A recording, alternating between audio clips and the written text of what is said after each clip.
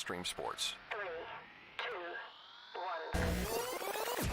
Let's start. Hello, sports fans. Welcome to Fanstream Sports. Nothing but pure sports. This is the JP Show. JP, it is so good to hear you back on the air. Stand by. Now, here's JP.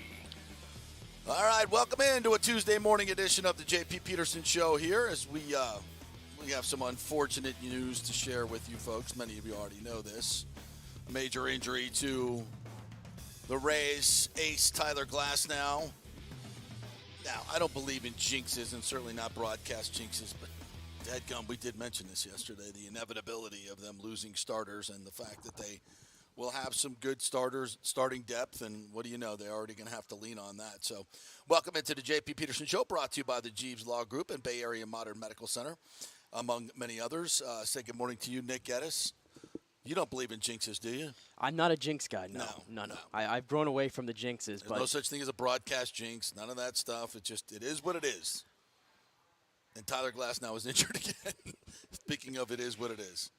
Oh, man, This is the kind of news, and we have no idea how serious this is going to be. He's going to be tested today, and we'll know. But it just feels like this has happened the last 2 times. Yeah. Where there's been an injury with Tyler Glasnow, very vague on the details, and then the next day we get hit with the news that he's out for a long period of time. Yeah. So I'm kind of bracing for that right now. Well, oblique injuries, it seems to be, takes about 6 to 8 weeks for a starter to get over the injury and then build back up to be able to start. And you mentioned went and looked back at it, 50 starts since 2018. That's it. That's 50 starts is all he has. Typically, if you're a healthy season, you're going to get 35 to 38 starts, right? If you're going every 5th day. And in 5 years? He's averaging 10 starts a year? About, yeah. Wow. Talk about and we don't say this in any way to disparage Tyler Glasnow. I mean, it is what it is. And I've kind of seen this throughout my career in covering sports. There are just certain players that show up on the scene, and they're such physical freaks that sometimes their body just cannot handle the torque. He's 6'8". He throws the ball 100 miles an hour, 98, 100 miles an hour. The spin rate on his breaking stuff is off the charts. And you're talking about that twerk of the elbow, the twerk, the tweak, whatever it is, the torque on that elbow. When we talk about pronating, which is what you do when you throw a football, and it doesn't put that same. It's not a contradiction in terms of how your arm works. But when you throw a curveball and you flick your wrist that way, it's a contradiction of what you're doing. But that's what kind of creates the spin. And that's what also creates the torque on the elbow, which causes the Tommy John and all the torque on the shoulder and everything else. And at 6'8", the way he comes downhill and creates that spin, it's unnatural. And as Mark Davis he puts the glass in glass now. Yeah, he does. He does, unfortunately. And I hate to laugh about that, but that's a good one, yeah. Mark. Yes. And take the amount of starts he's had, by the way. This is, to me, this is a better way to put it. In 5 years with the Rays, 268 innings pitched is what you've got out of him. That's it, for total? Context. That's total? Yeah, for context, Sandy Alcantara from Miami led the MLB in innings last year with 228 and 2/3. That is how less that we have seen Tyler Glasnow pitch in a Ray uniform, really, over the last 5 years. Wow. And, Tommy John obviously took up, 2 of those seasons.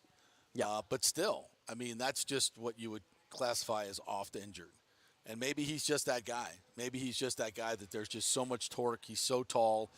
He's such a physical freak that it's just going to be really hard for him to stay healthy. And this is, and why everybody was like, oh, you can't trade Glasnow. You can't trade Glasnow. Yeah, you can. Yeah, you can. You can trade him when he gets healthy.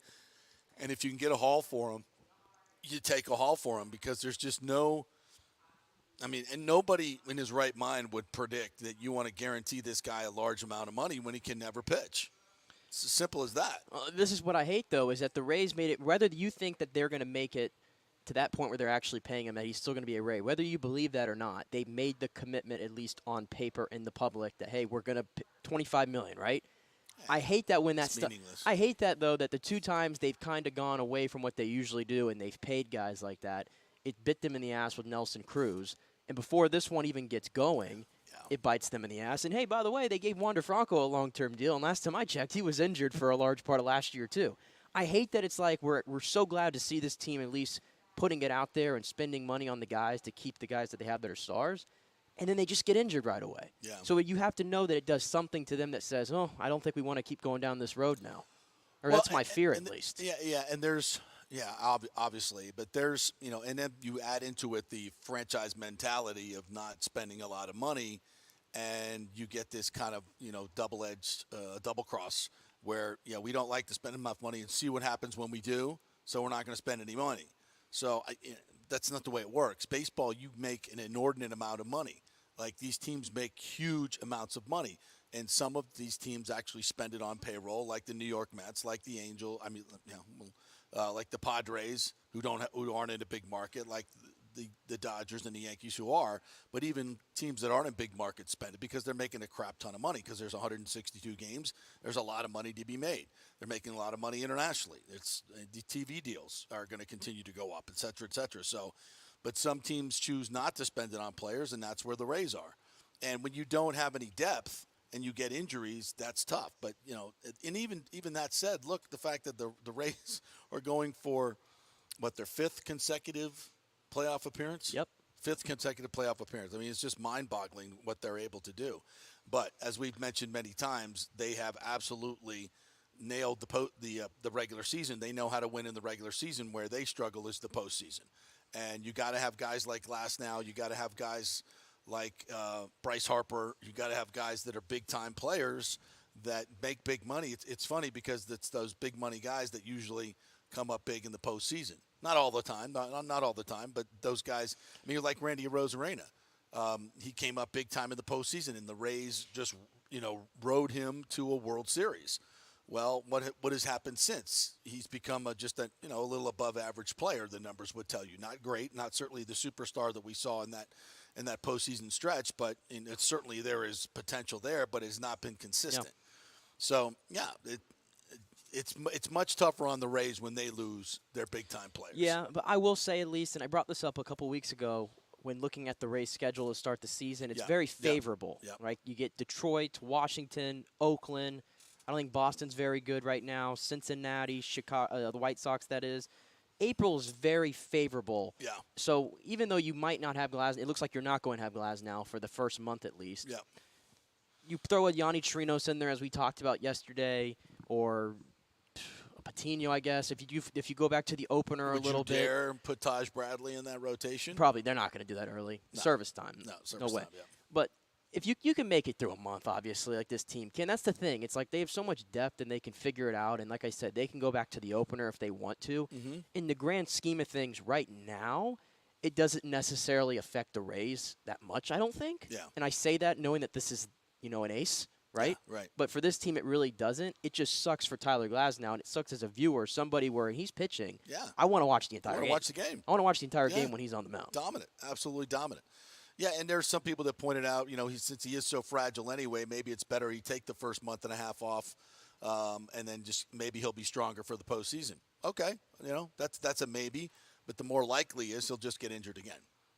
But we'll hope, hope against hope that does not happen. Yeah, and it's Topkin just had an update here a couple minutes ago. It says they're still waiting on the MRI results, but Cash had a quote here. I would book that right now. And he's talking about missing the start of the regular season. I talked to him this morning. Typical soreness, bothers him to sneeze, cough, whatever. So a little minor update there, but at least we'll get something later. Yeah. Definitive. Well, and the other news is the Rays got their first win of the spring, 14-2 over the Orioles, and they had 3 home runs yesterday from Arozarena went deep. Wander Franco went deep. He looks healthy. He looks really, really healthy. Yandy went deep, so. That's the best that you can hope for. Luke Raley, did he hit a home run? Or he hit a home run the other day? It was the other day. Yeah, so Luke Raley is playing a little first base too. Made some nice plays over at first base. Jonathan Aranda made a couple of nice plays. So Cash talked about a bunch of guys that played well defensively. Today they'll play the Yankees at Disney today. That'll be a big game. Not a whole lot of big leaguers going over for the Yankees. Gleyber Torres, Jose Trevino, and Oswald Peraza. No Aaron Judge, but so it'll be Yankees and Rays today. I think that's the only game they're playing at Disney this spring. I believe it's kind so. of weird. Yeah. I don't know. Yeah, because they're going to be at the Trop on Thursday. Yeah.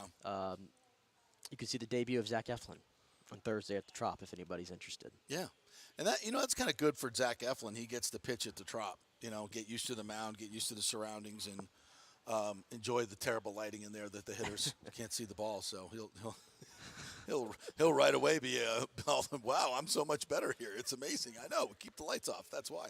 Yeah, no problem attracting pitchers here. Yeah, no problem attracting pitchers. I think we've kind of figured this out, right?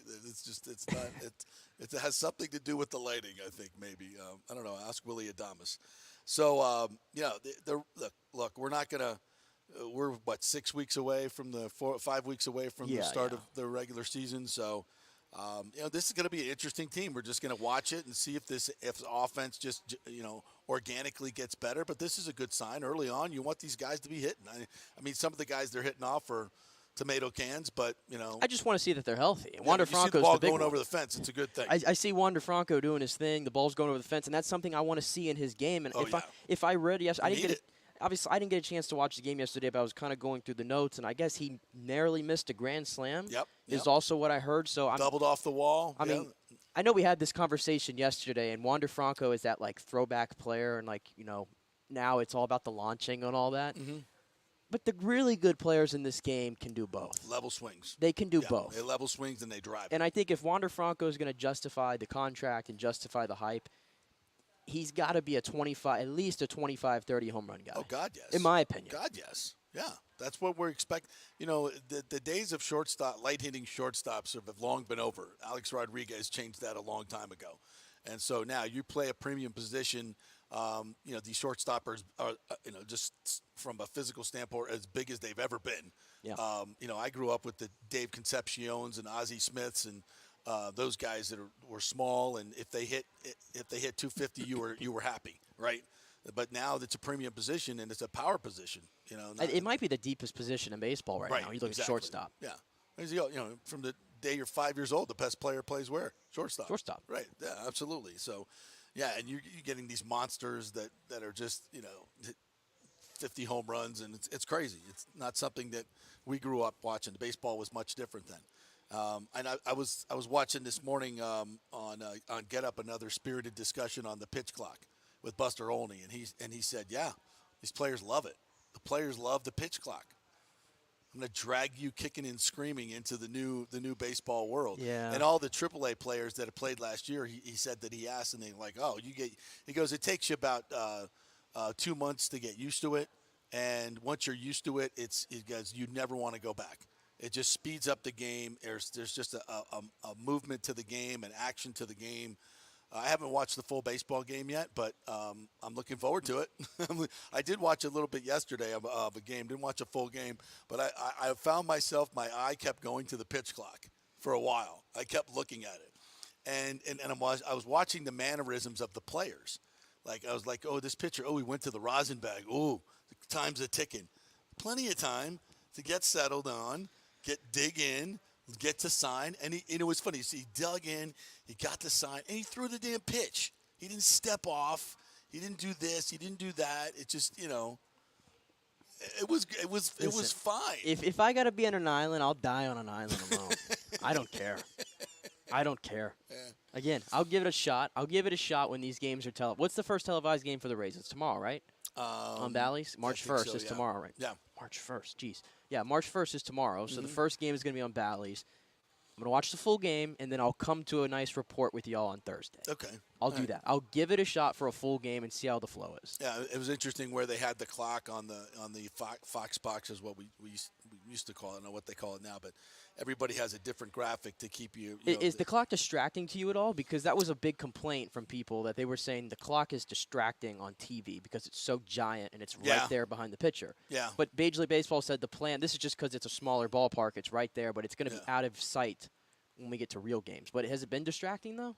Well, the clock that I saw was a graphic. It was put up on by the balls and strikes.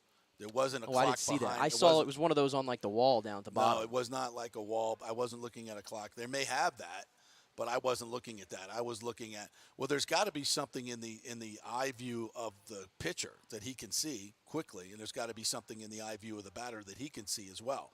So I don't know, and it's got to be big. So it's going to be big on the scoreboard. It's going to be big behind. It's going to be there.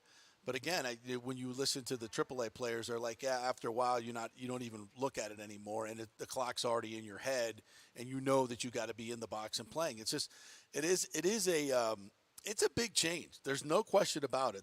But I found it exhilarating. I'm like, okay, and the funny part of it is it's like, okay, he has to throw the ball. He's got to throw the ball, and that's okay. It's like, all right. And you get used to it, and I like this. It definitely changes the rhythm of the game. If that's your biggest beef about it, I think it changes it in a positive way.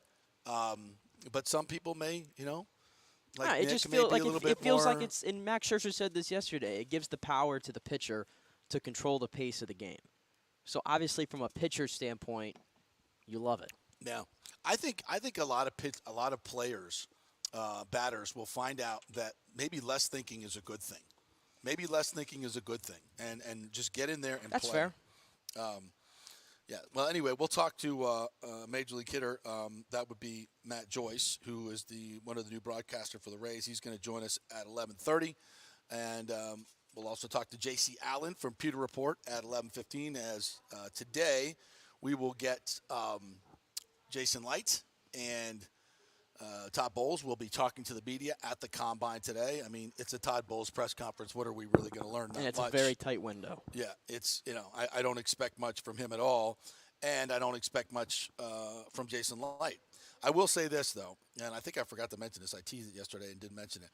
A very good source told me that last week the Glazers were in town for an abnormally long time. Normally they're in and they're out, and this past week, the Glazers were here for 3 or 4 days, constant meetings, and not that this is groundbreaking, but it is unusual, and I think that is because post Tom Brady, this is a major, Titanic type turn that you're making here in your franchise. Which way are you going to go?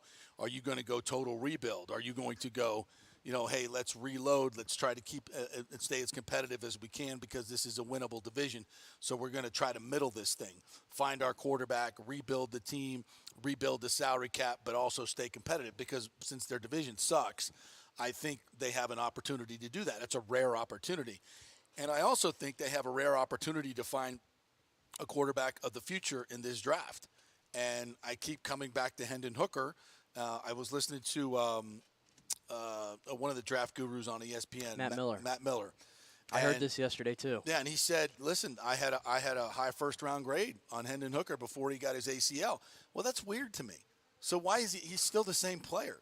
I mean, ACL. It's not like he had the leg amputated, as far as I know. Guys come back from this, and they come back fast from it. And he's a quarterback. He's not a running back or a linebacker or somebody else. So it's not as severe an injury.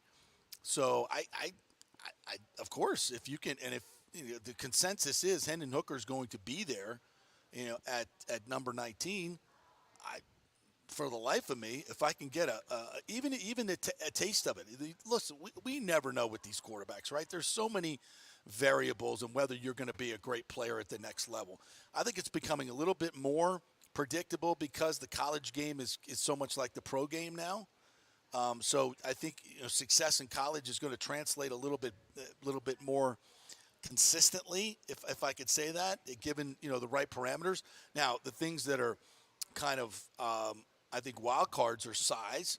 I mean, we've seen Tua struggle, to some degree. Kyler Murray, has he struggled because of his size or because of his attitude and his lack of preparation? So I don't know if we want to attribute it to his size, but I still don't think we've, you look at Joe Burrow is not 5'10". He's not 5'10" like Bryce Young is. I mean, Bryce Young I think is what, 5'11". He came in at 5'10" and like a few inches after that. Yeah. I think. I mean, Bryce Young is 5'10", naturally about 185 pounds. Yeah. That's too small. That's too small to play quarterback in the NFL. I should qualify that by saying, especially when you've played for Alabama, and 95% of your pockets have been really big, and you can see and throw the ball down the field. It's not like the NFL where you're playing in a phone booth. So to me, that is a big qualifier. as far as Bryce Young goes. As good as he is, I'm not sure how that's going to transfer into the NFL game. That size worries me. He may well do it. He may be fine, but that size worries me. I understand. I said this again last week. I hate that this guy has been the number one quarterback his entire life. High school, college, lived up to every expectation from national championships to Heisman's, every quarterback award. He did it, right? There's no weakness in his game. Except his size. And I don't want to pick somebody apart because of their size like that. I mean, it's a physical game. If this was a physical, so you're telling me you're picking Will Levis over Bryce Young because he's a physical specimen? A lot of people say that. Hey, we've got to get away from this with the NFL. How many of these guys actually pan out? These big specimens that didn't How many of the little ones pan out? That's fair, but who's more talented though? Who's a more talented player? Who's the last? What is? Oh, I'm gonna botch this because my memory is so bad. But who's the last quarterback 6 foot and under to win a Super Bowl? Drew Brees. You got to go back. Russell to Wilson 09? under 6 feet. He's close. He's close. But he's a bit more. Yeah, as Colin Cowherd says, trunky. Yeah, he's way thicker than. He's thicker. Way thicker than Bryce Young. Yeah. Way thicker. But those are the two. Those are the two examples that everybody goes to. Yeah, a touch taller, but it just don't win. They don't win Super Bowls.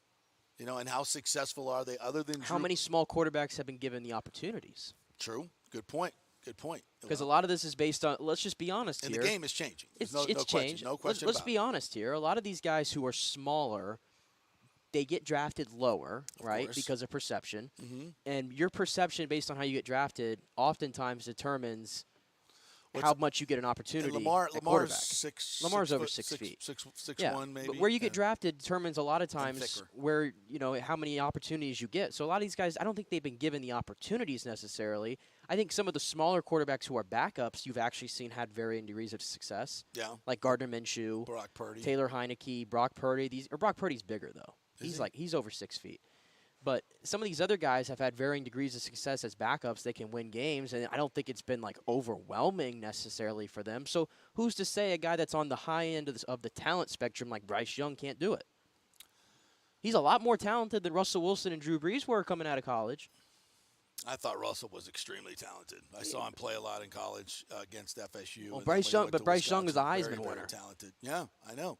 But again, I went back in last week and looked at a little bit of Bryce Young tape, and it's hard to find spots where he's not throwing from a very, very big pocket or has great sight lines down the field. It is, and it's a different. Now, if you're gonna get him on your roster, obviously you're gonna tailor that offense to get him those throwing lanes and move him around. That's what you have to do. But for me to go consensus overall number one quarterback, it's Bryce Young. It's Bryce Young. I'm sorry, you got it. He has a key element missing to his game that bothers me, and part of it is because you look at Lamar. Lamar has not been able to finish the last 2 seasons. You look at Kyler Murray; he's been injured. But Lamar Jackson, always the Achilles heel on him is he's not. Look at Tua. But Lamar Tua Jackson's cannot thing. take the beating. Lamar Jackson's thing has always been. I don't think he's a good comparison for Bryce Young because Lamar Jackson, his ace has always been a runner. Yeah. Bryce Young can do it, but he ain't looking to do it. That guy can stand there in the pocket and throw with the best of them. Yeah. And I've seen him take a beating at Alabama and keep going. Yeah. I've seen it. Now, here's my question to you, since we're on the size discussion. How do you feel about the 6'4", 232-pound Anthony Richardson, specimen that he is? Who, according to Rick Stroud, his newest column in the Times, the Bucs are going to take a pretty good look at him. Yeah, I knew we talked about this 3 months ago with Scott Carter. I said I said bank on this. When this season is over and we get to the Underwear Olympics, Anthony Richardson is going to rock it up every draft board there is. He's going to have Cam Newton-like workouts. You remember Cam when he came out? Cam was like, everybody was like, we don't know about him. Like 3 workouts in, everybody was like, oh my God, Cam Newton is the number one. He is the number one overall. And look, the dude won an MVP and went to the Super Bowl. I would say Cam Newton had a really good career. He was worth the draft pick. If you go to a Super Bowl and you win an MVP, and you're the number one overall pick, you're not a bust. No. You're not a bust. No way. You didn't win a Super Bowl, but you got to one. And you won an MVP, so, could his career have been better? Yeah, I think it could have been. But Agreed. But he's not. I mean, in no way, shape, or form was he a bust. And I look at Anthony Richardson, I see Cam Newton all day long. And you put him in the right system, he can flourish. But he's so inaccurate. He's so inaccurate. Yeah. And to me, when I start evaluating a quarterback, number one to me is accuracy. You've got to have you got to be able to throw the football into tight windows. You got to be able to work in tight spaces, and you have to be able to deliver that ball with a 65 to 70% completion rate. That's where you need to be. Yeah. And he's not even close to that. Yeah. 54% is not even close to that. Yeah, and I feel like this is a trap that a lot of OCs and quarterback coaches fall into. Bruce Arians was one of these, by the way. They think they can coach somebody accuracy. They can teach it to them, right? Mm-hmm. I got news for you. If you're a 54% completion percentage passer in the NFL, at best, are you getting it up to, 60? Which is still very below average in the NFL. I mean, in last year, and even when Pitts and Tony left 2 years ago, right? So he had very, very limited options last year, Richardson, in terms of receivers. Great receivers. I mean, they were talented kids. They're, you got 4 stars you're throwing to, but, are they polished receivers? Are they running great routes? Because you could look like a very inaccurate quarterback when guys are, cutting routes off at 12 and they should be going to 15 or vice versa. You can look like a really bad quarterback if there's no discipline in the routes. But just watching Anthony, there are times when guys are open and he's just missing them dramatically. So can he become better on it? Absolutely. Can you change his delivery? Absolutely. Can you get him more? Yeah. You know what you can't coach? 6'4", 232, 4'4". That's what you can't coach. No, you can't. And that is legit. It's legit. And I think somebody is going to get enamored with him. I'd rather it not be the Buccaneers. I would take Hendon Hooker over Anthony Richardson every single day. And here's the thing: if you really with a bad leg, if you really want Anthony Richardson at this rate, you got to get inside the top 10 to even give yourself a shot. I'm glad he's rocketing up the draft board because I'd rather a quarterback needy team take him and leave Hendon Hooker on the board. I can't see the Bucs Jason likes to move in the draft, but typically he moves back in the draft to acquire picks. I don't know how many examples there are of him actually going really up like that in the first round to go get somebody. And to do it for Anthony Richardson? No. If they expend draft capital to go up and get him, that's a disastrous move. In a situation they're in salary cap hell, where you need cheap players and good cheap players, you need to be adding picks. You don't need to be giving picks away. And if you are, you better be damn sure that guy is the guy. Yeah. And how in God's name can you look at Anthony Richardson's tape and say, I'm damn sure that's the guy? No freaking way. And in the desirable situation, you are completely rolling the dice. Yeah, and in his situation to me is you don't want him to have to play at all in 2023. No. But if he comes to the Bucs, and let's just say it's him and Kyle Trask, I mean, that's a competition no matter how you look at it. It's not like we're just handing Kyle Trask the keys to the ship right there. And are we calling Dan Mullen to be the quarterback coach now? Or I know we already have one, but I mean, I don't know. I mean, I think Dan I don't know. But. Not that it matters much, but I'll just point out I was looking at a lot of reaction to this piece, and I see a lot of people like Florida, even Florida fans are saying, as a Florida fan, no. I see more Florida fans that would rather roll with Kyle Trask than draft Anthony Richardson and roll with him. Yeah. Now, Florida fans are obviously going to. I think they won with Kyle Trask. He was a much better college quarterback. Probably should have been a Heisman finalist that season. Mm-hmm. He was a much better college quarterback than Anthony Richardson. So I understand from a Florida perspective, you saw more out of Kyle Trask to have confidence in this guy. Mm-hmm. But I mean, Anthony Richardson, I will say, he's got the best highlight tape of anybody that you're going to see. Those runs are spectacular. And even some of the throws, man. I'm telling you, the throws that he makes down the field, I mean, they're really pretty. But in regards to fitting in this offense, which we really are trying to figure out still what it is with Dave Canales, we don't know. All I can go off of is he said he wanted somebody to be the quarterback or the point guard to be the distributor. Right. Can you play? Can you play catch? No. That's not Anthony Richardson. Not even close. So I struggle to see Hendon Hooker. I struggle to see the logical fit there. Yeah, there's not. There's not a fit, and I think the Bucs will put that out there every. I would not be shocked today if Jason Light comes out and starts salivating over Anthony Richardson. They're not taking Anthony Richardson. It doesn't fit. Would the Glazers be enamored with Anthony Richardson? No. It's not a good fit on so many levels. And here's the other thing that, that nobody wants to talk about, but you hear it all. You hear it, okay? And that's the lack of maturity. Anthony, growing up in Gainesville, being the quarterback at the University of Florida, and then having money from NIL the last couple of years, you hear stories of distracted, not dialed in, lots of stuff going on, lots of people around, and you're gonna make him a pro quarterback, give him a huge bag of money 2 hours from where he grew up with all those hangers on. No, I'm not. I mean, I listen. I wish Anthony Richardson the very best, and I hope he has a tremendous career, and I'm rooting for him. I'm rooting for him. I think I think he's a good kid. I just think he's immature. I think he's just. I don't see him as a professional, locked in. Listen, when you're going to be a number one pick or first round pick quarterback, you're going to be the face of the franchise.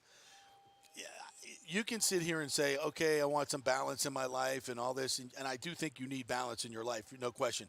But inordinately, football has to be number one. To a maniacal level. Have a little bit. I don't think you can have regular balance of regular Joe. Okay, you can't. You just can't. Not with what is demanded, especially of a young quarterback, learning a system, learning his players, getting chemistry with his receivers, because it can't be 2 hours in the afternoon, which is what normally they do in college. Couple hours on the field, couple hours off the field. This is your job now. This is your life. This is your job, and everything you do has to be through a lens of being the starting quarterback for the Tampa Bay Buccaneers. And I don't know if that is in the DNA of Anthony Richardson. And I don't know Hendon Hooker. I've never met the man. I've never interviewed him. From what I hear, the reviews of him in terms of his maturity. And, what is Anthony, 20 years old? It's 21, I believe. 21 years old? Hendon Hooker's 25 years old. People see that as a negative. I see it as a positive. He is a grown-ass man, and he understands what being a professional is like, and not that he's been, I guess when you play at Tennessee and Florida and you're getting paid, you're pretty much. But the way that Hendon Hooker comports it, plus the name itself. We can just have so much fun with that. It's not, forget about it. He's made for Del Mabry. Yeah. I hadn't really thought of it that I was waiting for you to go there. I'm like, am I, of all people, going to have to be the one to make that connection right now? Well, I think hookers are more in Nebraska. It's just the strip clubs. That's more your demographic. That's what I understand. That's what people tell me. Really? They do? I wouldn't know. I just don't think he fits any part of what the Buccaneers are trying to do. You're going to go from Tom Brady to Anthony Richardson. It's got to go from Tom Brady to somebody. I don't see that as. I just think it's a huge leap to make. You've got to have more certainty. He's a project, and he may be an absolute diamond in the rough and be the best player because he's got the skills to do so. But I think, covered this league now for 35 years. Yeah. You don't see kids like this come in and take over the league and become great. He's going to take a lot of work, and you have a first time OC, right? Who's going to be in charge? Who's going to be in charge of doing this? And again, I'm impressed with Dave Canales, but again, press conferences don't win games. Exactly. So I have to see it. This franchise, and I don't know how much this matters because you can't look backwards, but this franchise, again, we've been over it, has never developed a quarterback. And I said if you want to have long-term success, at some point you have to. But with that being said, this would be probably the biggest project they have ever taken on from a first-round quarterback. Would it not? Is there another guy?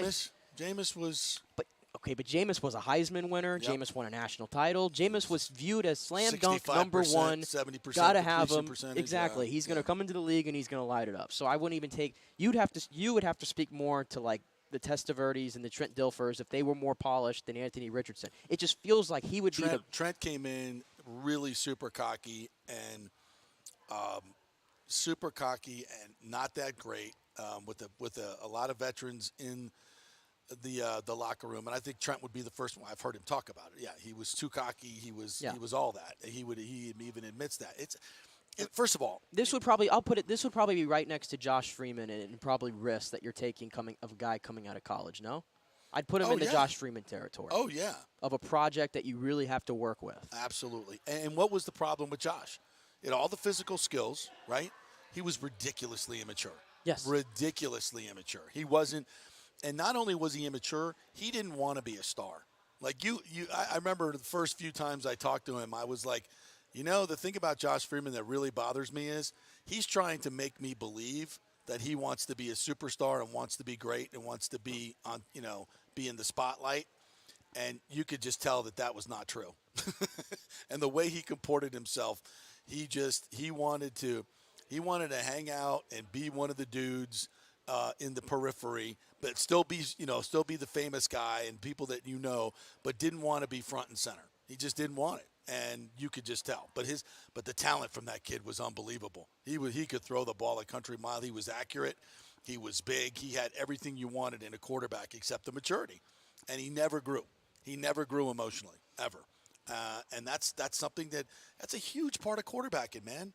You got to be a CEO at a young age, and that's not easy to do. It is not easy to do. So I'm out on the Anthony Richardson. And I know. I swear I was going, he's not because he's a Gator or not a Seminole. No, I love to pick a Kyle Trask. I just told you that there's not many Gator fans that are sitting here telling me that we have to have Anthony Richardson. Trask, I don't see it. Trask walked in here with much more maturity and accuracy. And what do you hear about? What are the good things? What are the good things? Because I know I've spent a lot of time poo-pooing on Kyle Trask, the player. What are the good things you hear about Kyle Trask? He's the first one in. Yep. Last one out. Yep. On a team that had Tom freaking Brady, he was the first one in and the last one out, always working and always trying to study. Why does it always seem like there's 25 guys on a team that's the first one in and the first one out? You can't. It can only be one. Well, why is that? They keep saying it about Kyle Trask though. I'm just pointing out. There are a lot of different places that people are showing up that they're the first. I mean, we thought first in the bathroom, first in the meeting room, first in the weight room. I think would they all become first? I don't know. Put his pads on. I don't know. I don't know, but it seems like a lot of those guys. My point is though, at least what they're telling us is he has the commitment. He wants it. He wants it at least. Now that doesn't translate to it actually happening. You still have to go do it, and Kyle Trask hasn't shown that. Right. But at least I don't have to question Kyle Trask hasn't got the opportunity. I don't have to question the commitment with Kyle Trask. 100%. So Anthony Richardson is just a humongous gamble, and gambles are fine. But do you want to put? You don't put your $10,000 chip on a 50-1 shot. You put your $10,000 chip on a 2-1.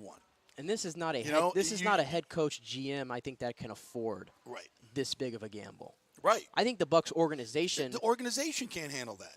Maybe not. I think they got their Super Bowl. They had their good run. If they want to I can make give an away argument resources, there. which means if you're going to move up to get Anthony Richardson, you're going to have to. It's probably going to cost you a first-round pick. I don't want to do it. I mean, I'm not vouching for it. I'm just giving you from that side. That's what I'm saying. But if those are arguing that you want to go jump up and get Anthony Richardson, you're going to have to expend a first or second round. No, you better have the great development plan. Yeah, you better. And that guy, you better be damn sure that he's that guy. And where is the evidence of that?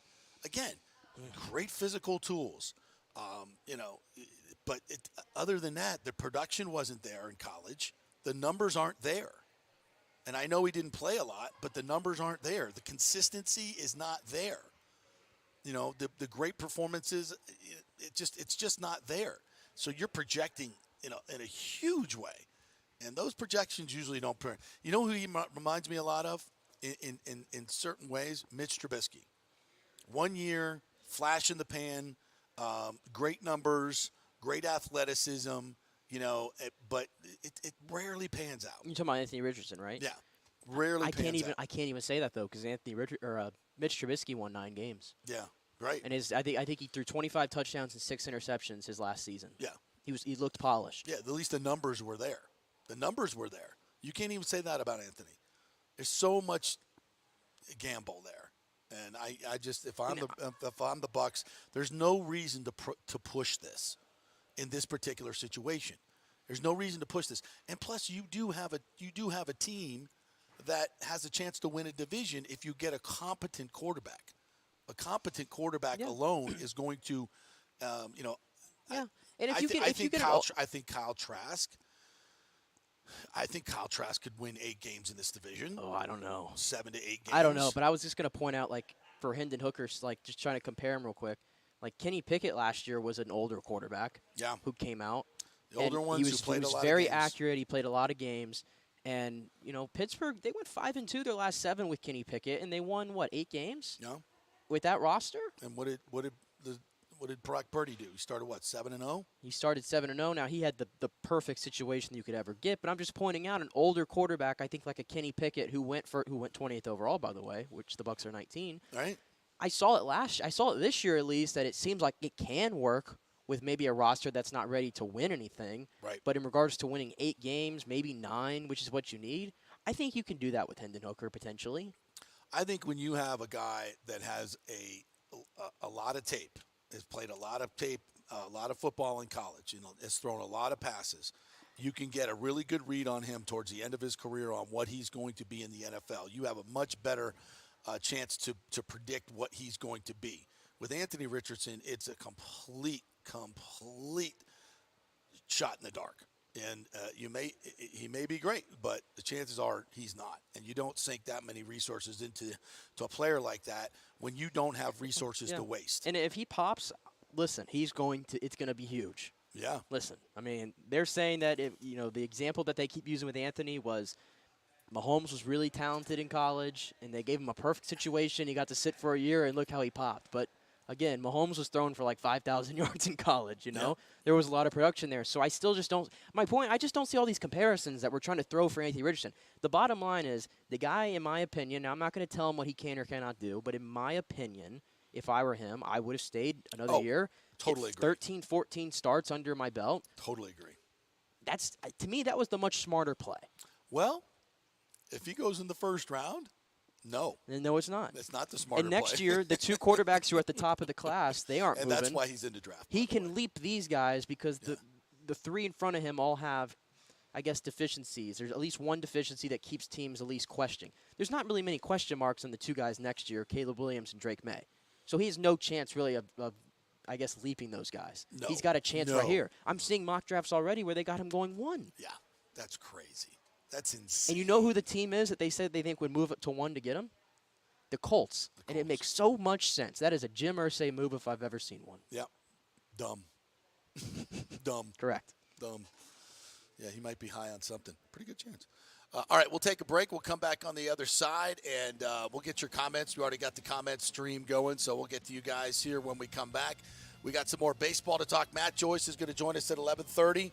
J.C. Allen at 11:15. So we got a big 11 o'clock hour of interviews. So we got to get to some other stories here. We're brought to you by the Jeeves Law Group, JEEVESLawgroup.com. If you've been in an accident and got your car totaled, and you don't think you got a great settlement, well, you may have a case. Contact them through the website, JeevesLawGroup.com. Tell them JP sent you and see if you have a case. Could make a lot of money. We will be back 3 minutes. Stay with us.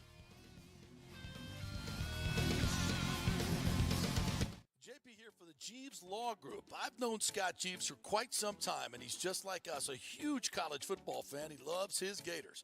In fact, he sponsors our Gator Report every Thursday at 11 o'clock with Scott Carter from FloridaGators.com. But he's not just another PI attorney. He is a ferocious advocate for his clients. Scott Jeeves is a board-certified civil trial lawyer and a certified circuit court mediator practicing in Tampa Bay for over 30 years.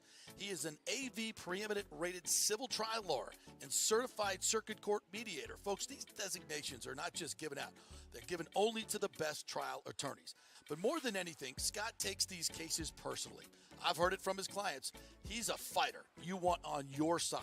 Insurance companies hate it when they see you're represented by Jeeves. He's just different. 727-894-2929 or go to JeevesLawGroup.com. That's JEEVES lawgroup.com and tell him JP sent you. Now is the time to make sure your home insurance is in order. In the last year, many of us have made improvements to our homes, so call the folks at Italiano and discuss these upgrades to make sure you have enough coverage. According to a recent report, almost 64% of homeowners don't have enough insurance on their home, which is their most valuable asset. Also, a great time to make sure you have flood insurance. Even if your mortgage company does not require flood insurance, your home could still be at flood risk. Another big item as we enter hurricane season is making sure your pool enclosure is added to your policy and there will be no issue at claim time. That happens a lot. So call your friendly agent at Italiano Insurance to review your policies today. 813-877-7799 or ItalianoInsurance.com. Hey, folks, it's still engagement season, and where better to get that special ring than the Gold and Diamond Source? The Gold and Diamond Source has the largest selection of engagement rings in the country, a literal jewelry supercenter with 30 times the inventory of any normal jeweler. You don't have to wait to spend any extra time waiting for them to bring something in. They have everything right there in-house, so why go anywhere else? And you can get up to 15% off this January if you buy something with the birthstone, which is garnet. Garnet and gold, Florida State, get something for your favorite Seminole. And let's not forget the Oblique collection from Emily Johnson Weintraub. Very affordable, real gold and diamond jewelry, always stylish and unique.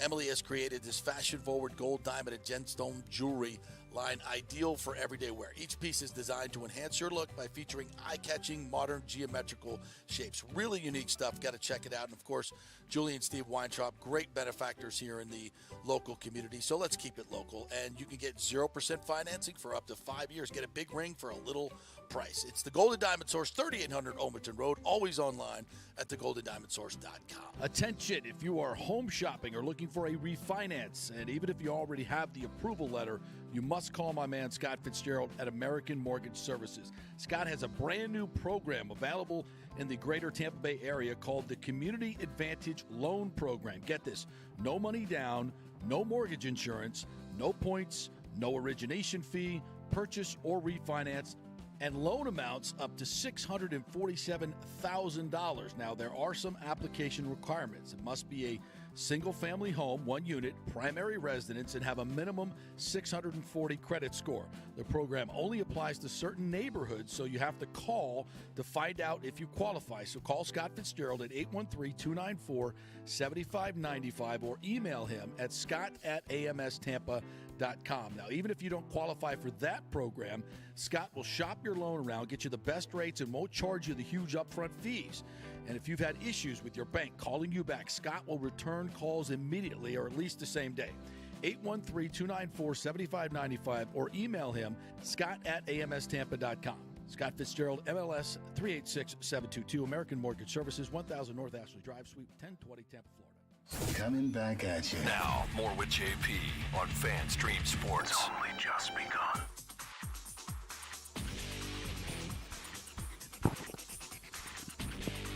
All right, welcome back to the JP Peterson Show, brought to you by Italiano Insurance. It is a great time to do your insurance checkup, folks, so do that thing and give them a call over there, 813-877-7799. Another way to save you money. I'm trying to put more money into your pocket. And, insurance companies are changing their rates all the time. They need to get more business, need to get more accounts, so they've lowered their rates. And then once you get with them, they keep ticking them up every year. It's kind of how it works. So when you change, you can significantly save some money. So why not do it? Just give them a call, 813-877-7799. Most of these companies are the same.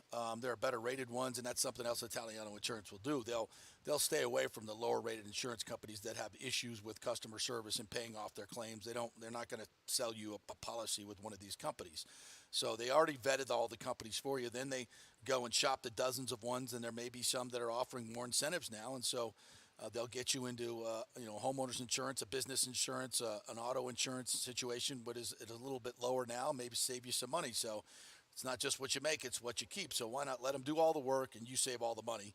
That's Italiano Insurance, 813-877-7799. If you're just driving around, just give them a call and tell them to do you a solid, save you some money. They probably can.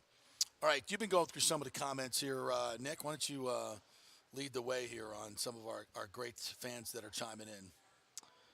Start with this one here from Richie P. Some people like to compare Anthony Richardson to Josh Allen because they had comparable completion percentage in college, but if Josh Allen was a starting quarterback for 3 years that he could lean on, what is that? When he got to the pros. When he got to the pros. Yeah.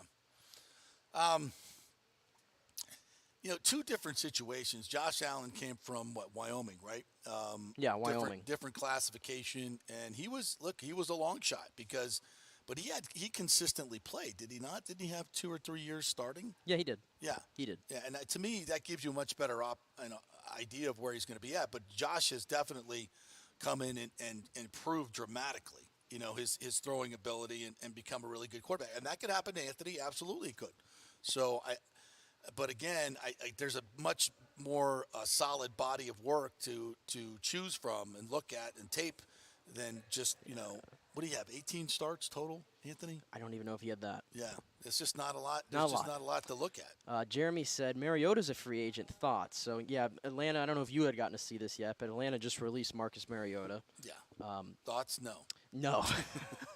No, the guy's extremely limited as a passer. He's extremely limited. And he's not that accurate. He's not accurate. He's extreme. That's what I'm saying. He's not accurate. He doesn't have a great arm. He doesn't run. He runs okay. That would be the most boring offense in the NFL. Yeah. Look, we're looking for, and you know what his ceiling is, and it's very low. So you don't want a low ceiling guy. You want a high ceiling guy. I just do not see Mariota ever becoming a Geno Smith type, resurgent guy. He just. No, and I thought the whole situation at the end of the year last year was weird. When they decided they want to go with Desmond Ridder, and then he went away from the team. I don't know what was. Right. I don't know what was going on there. Yeah, it's weird. It was weird. I'm out. Yeah. What else we got here? Lonnie says every time MLB implements something, Glasnow gets hurt. Yeah, I mean he did that whole when they took the spider tack away. That's when he. In the middle of the season, that's when he hurt his elbow, right? So yeah, interesting. And he blamed it there. I need another comment here. Matt Matera rambled on and on, usual, saying Bucs should wait till 7th round to take a quarterback. I'm not. Look, can you find a quarterback in the 7th round? Well, clearly the 49ers did. Well, it's not a good. It's just unless you get one of those 5, and we just told you the reasons why we really don't want Anthony Richardson. So I'll narrow it down to 4. There's not really anything after there that I think is worth even sure, if you want to take somebody in the 7th, I guess go right ahead. But I don't think it's anybody that you're really looking for a long-term solution. No, that's Let's see it. Yeah, if I do take one, it's going to be a Brock Purdy type that played, started for 4 years and is a mature guy, and you're just looking. I mean, for what the Bucs are looking for, a distributor, a point guard, they could probably take a guy in the 3rd round that could do something like that. Maybe a Max Duggan from TCU would be that type of guy. I mean, I would meh kind of throw. I like that guy Jake Haener. He was like the Senior Bowl darling. I think he won the Senior Bowl MVP. Put up a lot of numbers at Fresno State, I believe. Smaller school. I don't know. This is just guys I'm just like, I'd throw a flyer at maybe. Yeah. If it's 7th round, 6th, 7th round, what the hell? Absolutely. Give me a guy that has a lot of production in college and maybe is a little undersized and they say his arm isn't great. It sounds a lot like Brock Purdy to me. James says Russell Wilson has huge hands. If you're 6'4" with little hands, it's an issue. Well, isn't that Joe Burrow? Interesting with Bryce Young, though, isn't he? He's dodging the combine measurements. Is he? He's not. Yeah, he's not doing the whole combine. He's throwing, though, isn't he? He's throwing, I think, but he's not going to be doing the measurements. Yeah. Which usually tells you something, I guess. Yeah. I mean, but I don't know. The combine's the combine. If you're getting hung up on hand size, I just always say, look at Joe Joe Burrow. His thing was like that he had the little raptor hands or whatever, right? Yeah. And Joe Burrow had small hands. Yeah. He's the best. He's the best passer in the game, arguably. Anything else? True state. Richie P says true statements. There's a lot of static coming from Gainesville about Richardson. Yeah, I've heard it. If you're in these circles, you hear a lot of it. I hate to talk about it because I don't think it's really fair to the player. But if we're just being honest with you guys, and we try to be as honest as we possibly can, there's chatter. There's chatter. He had too many guys hanging around him. He's too impressionable. He's just not mature in that way. And if that's okay. He's a 20-year-old kid. 19-year-old kid, that's what you're supposed to do. I get it. So I'm not assassinating the man's character. I'm just simply saying it's not a great fit for what the Bucs are looking for right now. It's just not. He's a development. He's a project. They need somebody that's going to come in and be competent in year one when you can get some success going and, win a division. I mean, I think you could win a division with some of these rookie quarterbacks with the Buccaneers, with the experienced guys we have in Godwin and Evans and even Russell Gage to that point. And I think a really good running back in Rachaad White, and they're probably going to draft another one. And I think a competent offensive line, if not above average. You've got 2 Pro Bowlers on that offensive line at tackle and at center, and a guy that's been to the Pro Bowl in Shaq Mason. I think Donovan Smith's going to be let go, so they'll probably be in search of another tackle. But I still think that's a good core of players. It's worse situations for a rookie quarterback. Oh, hell yes, much worse situations. Richie P says in the Josh Freeman conversation, this is not working here. Let's try that again. There we go. Freeman had some problems that blurred his decision-making. Kind of a sad story because it was self-inflicted. Yeah, we all heard about that. We know what that's about. Richie also says some people like to compare Anthony Richardson to Joe. We already played that. I'm sorry.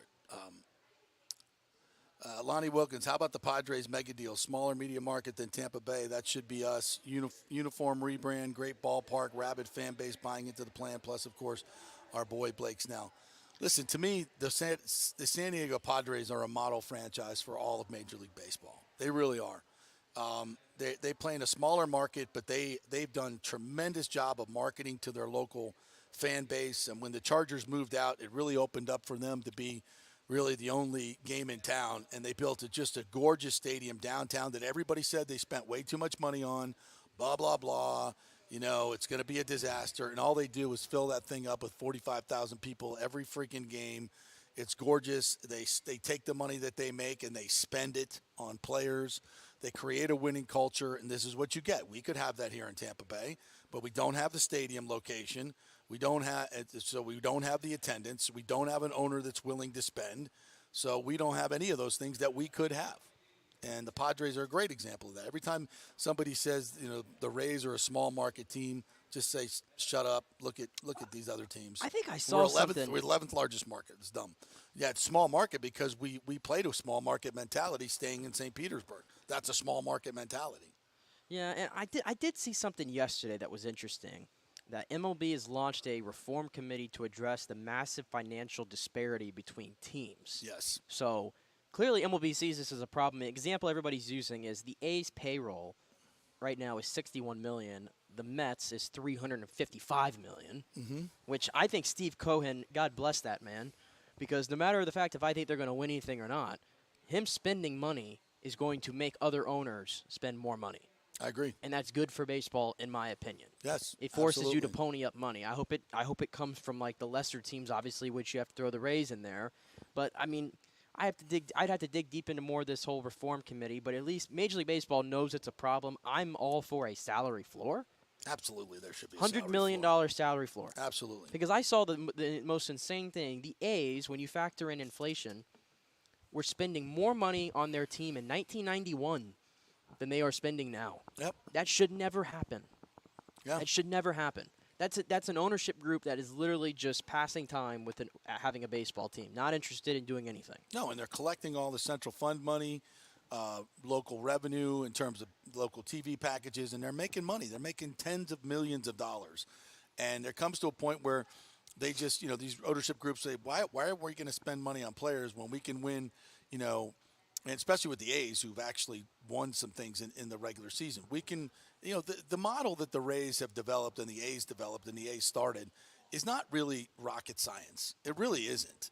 You can win. It's not hard to win 85, 90 games in baseball. It's not. Well, it's not that difficult. The Rays, though, to me, have had a lot more success than the A's have had, at least in the postseason. Recently, yeah. And I think it's because they've made their own tweaks along the way. Right, they have. They've bettered the and I think model. they've put smarter people in charge than the A's have. Yeah, and they've gotten lucky in a couple of trades that they got that really buoyed them. Everybody needs it, and you need that. You need to take advantage of other stupid general managers in Pittsburgh, and that's really sustained them and really helped them out tremendously. But yeah, you can do that, but it's winning in the postseason that is hard. Yeah, I mean, almost half your teams now are making the playoffs. So by making the playoffs, is it a successful season? Sure. Well, I mean, the Rays still, though. I mean, this is keeping everything in the grand scheme of it. It's still a franchise that's only 25 years old, and they got 2 World Series appearances out of it. Yeah. How many do the A's have during that time? The World Series? They got none. None.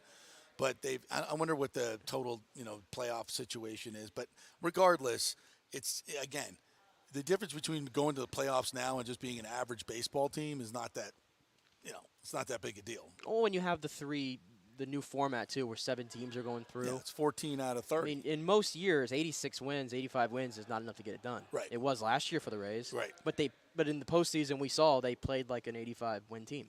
Played like a 65-win team. Well, yeah, but terrible. Absolutely terrible. So, yeah, that's all on owner. And that's the thing about Tampa Bay baseball that I'm not going to go down this rabbit hole, but what we could have and should have here in terms of baseball, we should already have a beautiful stadium in Tampa, and that beautiful stadium, and within 2.4 million people within 30, having 30,000 people on the weekends, consistently 20 to 22 during the week, a payroll in the 150s, where we're competing legitimately with some of these other teams, and then we should have that now. And that should have already been done. It makes me jealous. I see like last year when we were trying to.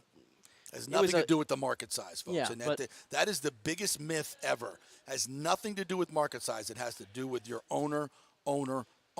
He's the one. Could have already had a stadium in Tampa. All he had to do was pay half. He had the money to do it, still has the money to do it. Baseball has the money to do it. He gets paid back from baseball, whatever he spends on the stadium. We learned that. It's all about him making as much money as he could possibly make. It has nothing to do about winning.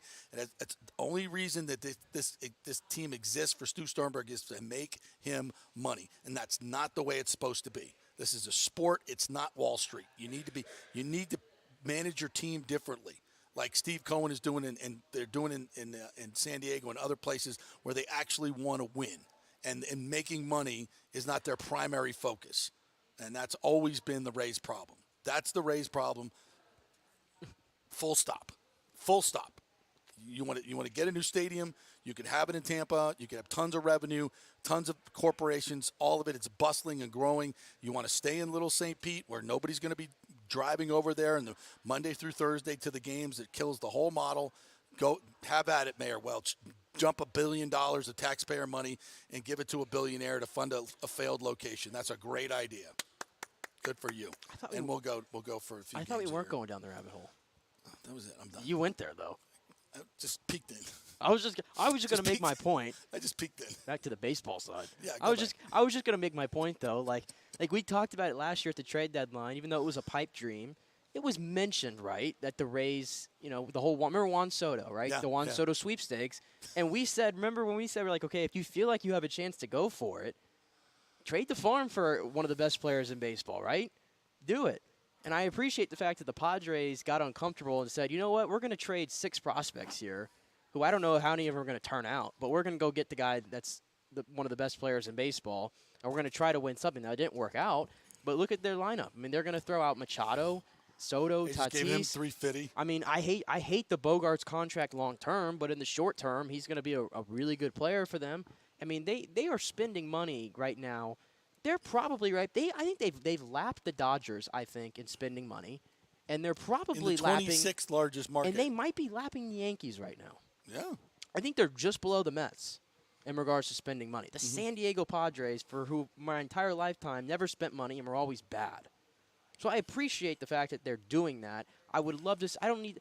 Do I need the Rays to have a $300 million payroll? No, I don't. No. And I preface that every time we have this conversation. Let's get to 100. I just want 100, 110, 120. That's all I'm asking for. Yeah. I'm not asking for you to have Machado, Soto, and Tatis and all these guys on the same team. Even with the attendance that we have, you could get to 140 and still make money. Yeah. Still make money here in Tampa. You're still going to you pay nothing for your current stadium. You're going to get a boatload of money when that redevelopment comes in. It's just plain and simple. This whole narrative that he and the Times has proliferated for the existence of this franchise, that they don't have money, is complete and utter bullshit. It is. And the lawsuit vindicated me and everybody else, well, the few that were saying it. Go look at it. It shows as much of the numbers as you ever want to see. All right, we'll take a break. We'll come back on the other side, and we're going to play some Julien BriseBois from yesterday.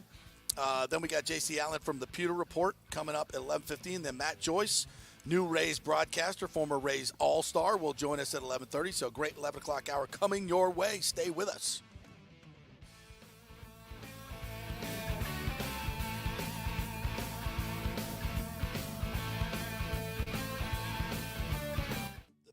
Tour's Valspar Championship returns this March 16th to the 19th with 4 days of golf action plus a host of fun activities that make it Tampa Bay's hottest spring sports ticket.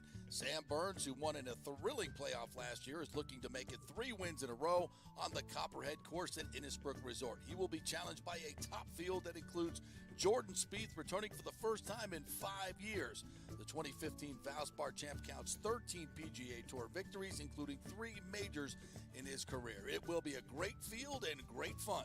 Tickets are on sale now at ValsparChampionship.com for all tournament days, both grounds tickets and premium ticket options. You don't want to miss the 2023 Valspar Championship.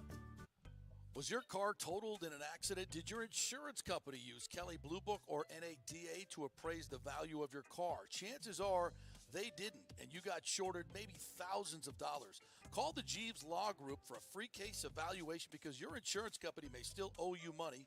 727-894-2929. It's a free call, so why not find out if you have a case? Insurance companies have been running this scam for a while, and most folks don't know if they've been shorted. Trust me.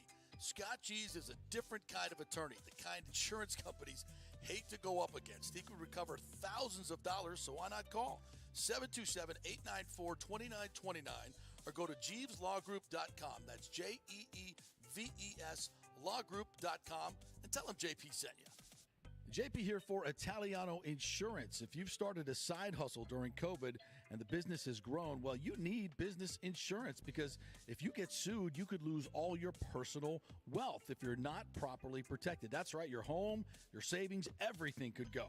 So get protected now. Call the great agents at Italiano Insurance, 813-877-7799, and a real human will answer the phone and get you protected. If you haven't shopped your business insurance in a while, you could be overpaying by thousands. One customer had their golf buddy handling his business insurance, then called Italiano to shop it around, and they saved him $26,000 a year. Yeah, so call 813-877-7799 or go to ItalianoInsurance.com. Italiano Insurance, protecting all the pieces of your life for over 60 years. Attention, if you are home shopping or looking for a refinance, and even if you already have the approval letter, you must call my man Scott Fitzgerald at American Mortgage Services. Scott has a brand new program available in the greater Tampa Bay area called the Community Advantage Loan Program. Get this, no money down, no mortgage insurance, no points, no origination fee, purchase or refinance, and loan amounts up to $647,000. Now, there are some application requirements. It must be a single-family home, 1 unit, primary residence, and have a minimum 640 credit score. The program only applies to certain neighborhoods, so you have to call to find out if you qualify. So call Scott Fitzgerald at 813-294-7595 or email him at scott@amstampa.com. Now, even if you don't qualify for that program, Scott will shop your loan around, get you the best rates, and won't charge you the huge upfront fees. And if you've had issues with your bank calling you back, Scott will return calls immediately or at least the same day. 813-294-7595 or email him, scott@amstampa.com. Scott Fitzgerald, MLS 386722, American Mortgage Services, 1000 North Ashley Drive, Suite 1020, Tampa, Florida. Let's go. Right now, back to the show with JP on FanStream Sports.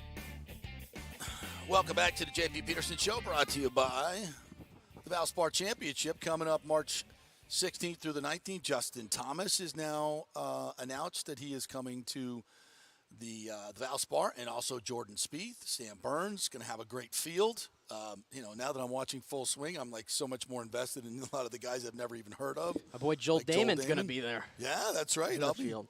And Gino is caddy. I'm here for Gino. I'm so here for Gino. Gino's my dude. I want a Gino. I want a Gino, like one of my best friends, to just be my lifelong caddy. Like I'll do anything to make your life better, man. I just love that guy. He is such a cool. What a great friendship, man. There's so many great stories on the PGA Tour, and it's going to be. Listen, it won't be the Players Championship field, but it's going to be pretty damn good. And more than that, it's just going to be fun. It's a great social event to go out to. All the great hospitality things out there. It's become a must-do here in the Tampa Bay area. So get your tickets now at Valspar Championship. The Hooters Owls Nest tickets, I think, are getting close to being sold out. The rooftop is another great place that you can go and hang out. There's going to be celebrities up there signing autographs. They're going to bring people in every day. Really going to try to make that kind of the place to be. The other hospitality all around the 18th. So it's going to be fun. So get your tickets now, valsparchampionship.com.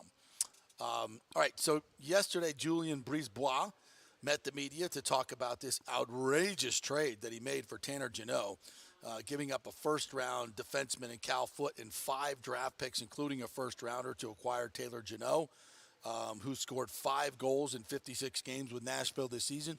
Did have 24 last year to lead all rookies. So there's a lot that BriseBois sees in him. So let's listen into yesterday's presser.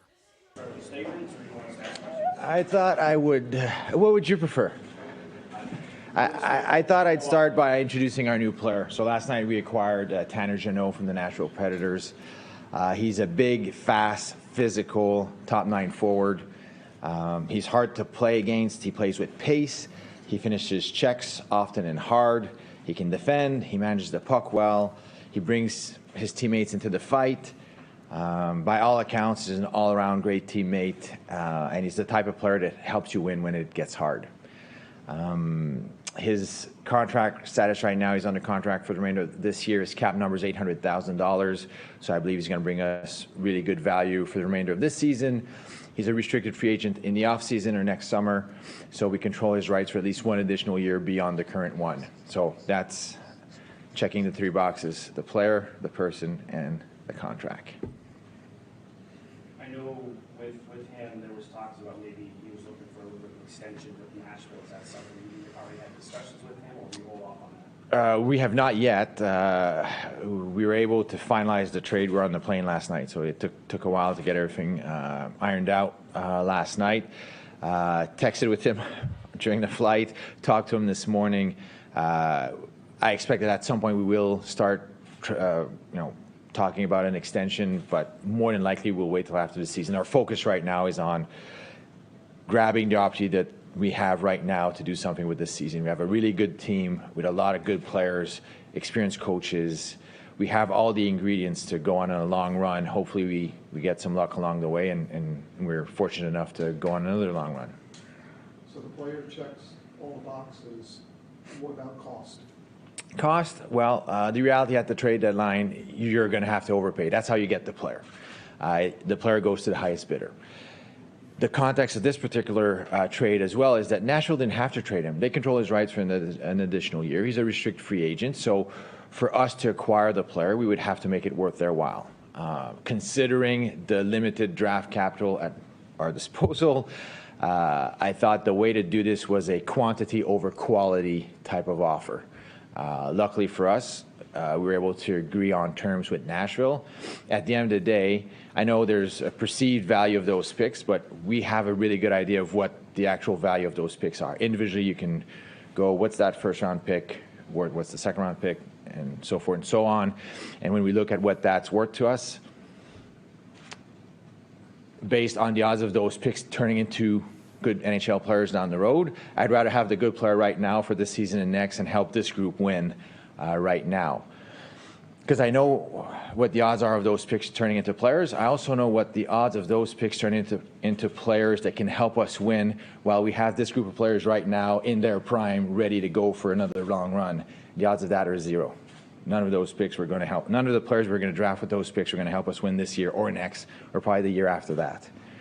So when you put it into that context and you frame it that way, it ends up being a pretty easy decision after actually. And that's all that needs to be said. Right there. Yeah, absolutely. I mean, I just think this is the mentality that you have to win in sports these days. It just is. You look across the sports landscape, and the Bucs are a perfect example with Tom Brady. The Rams with Matthew Stafford. You got to go out. The Lightning with Goudreau and the others that they've acquired.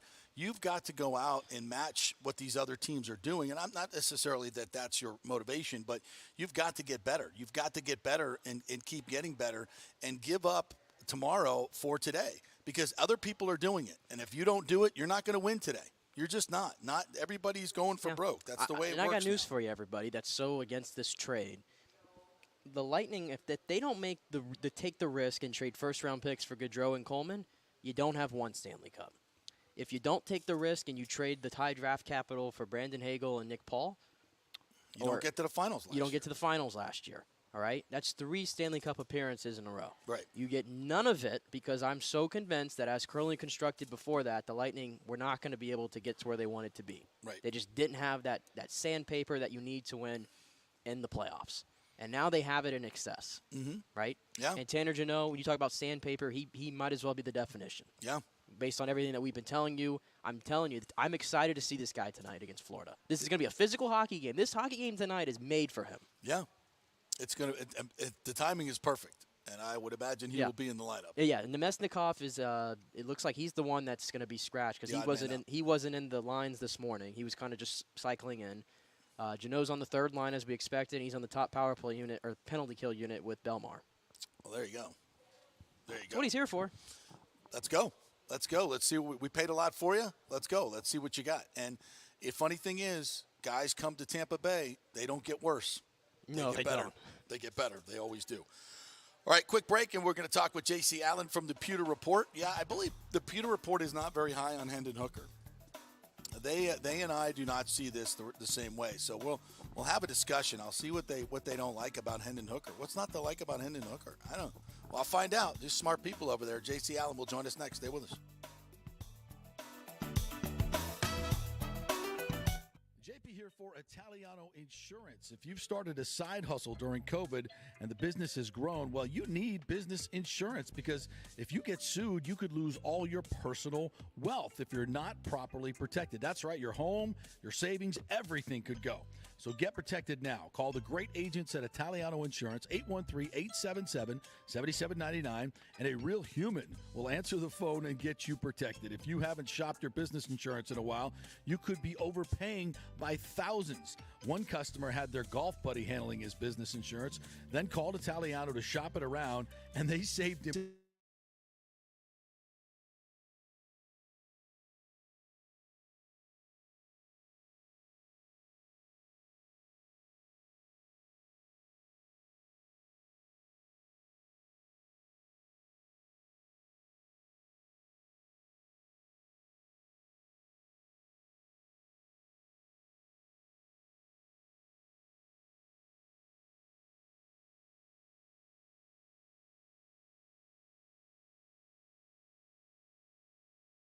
Throughout the course for those with ground tickets.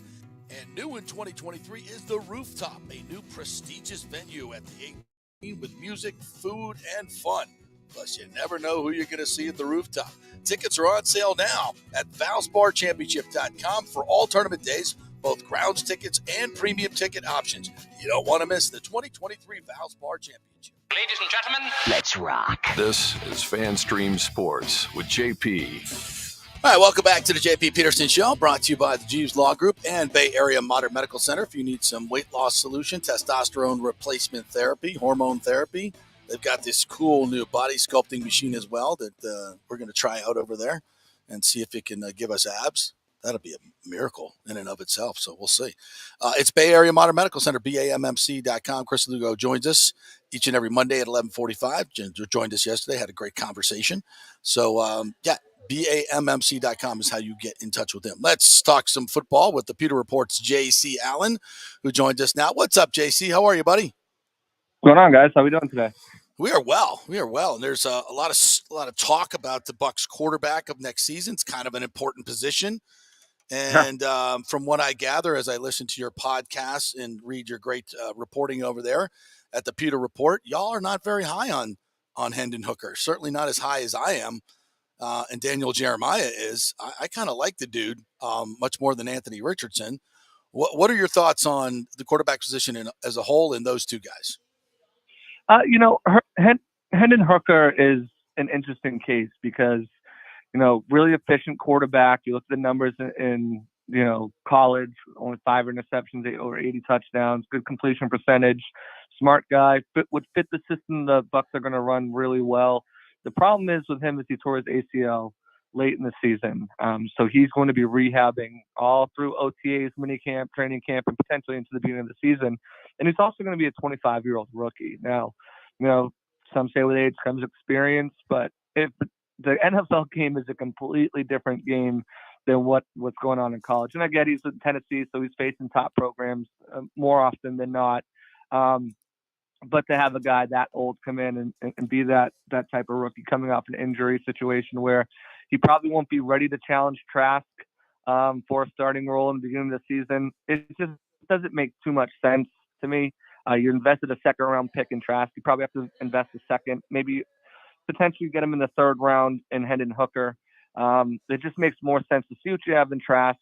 We don't know what's been going on behind the scenes in practice. We've heard great things from the coaching staff. We've heard things that are questionable from the coaching staff, such as being a deliberate learner and, kind of taking his time to really get everything, honing the details down. And obviously he got the first action really of his career and didn't really overly impress. Of course, it was, with backups in the game as well and everything like that. So I think there's more to kind of unfold and discover with Trask than to bring in a guy who's not going to be able to challenge him this year. It just makes better sense, I think, to invest that capital with so many holes on this team, especially on defense. I mean, you're losing almost more than half of your secondary, really more than half of your defensive line. Potentially, Levante David. I think it's wiser for them to invest picks in guys who can come in and help you this year rather than someone who might be able to compete with Trask next season or mid-season for that matter. All right. Well, I would push back on that by saying, Ryan Jensen came back from a really bad knee injury in 6 months. And I'd say you're comparing Ryan Jensen to Hendon Hooker. Well, I'm comparing the injury, and Ryan Jensen's injury was way worse than Hendon Hooker's injury. I'm saying with stem cells now, I think the injury for the ACL is a much quicker heal. I think he's already in a brace throwing, and I think he expects to be back by training camp. It'll be 8 to 9 months by that time. And I would genuinely agree with you that he's not going to be ready at the beginning of training camp, but you know what? I don't need him to be. And thus your Kyle Trask point. And I also think the Bucs are going to get probably a journeyman veteran of some type to be in there. So you'll have enough guys, and Hendon Hooker can just come in and kind of ease his way in. And I just look at the numbers. I've been looking at a lot of tape of his too. 58 touchdowns, 5 interceptions in 2 seasons of the SEC. 25 rushing touchdowns.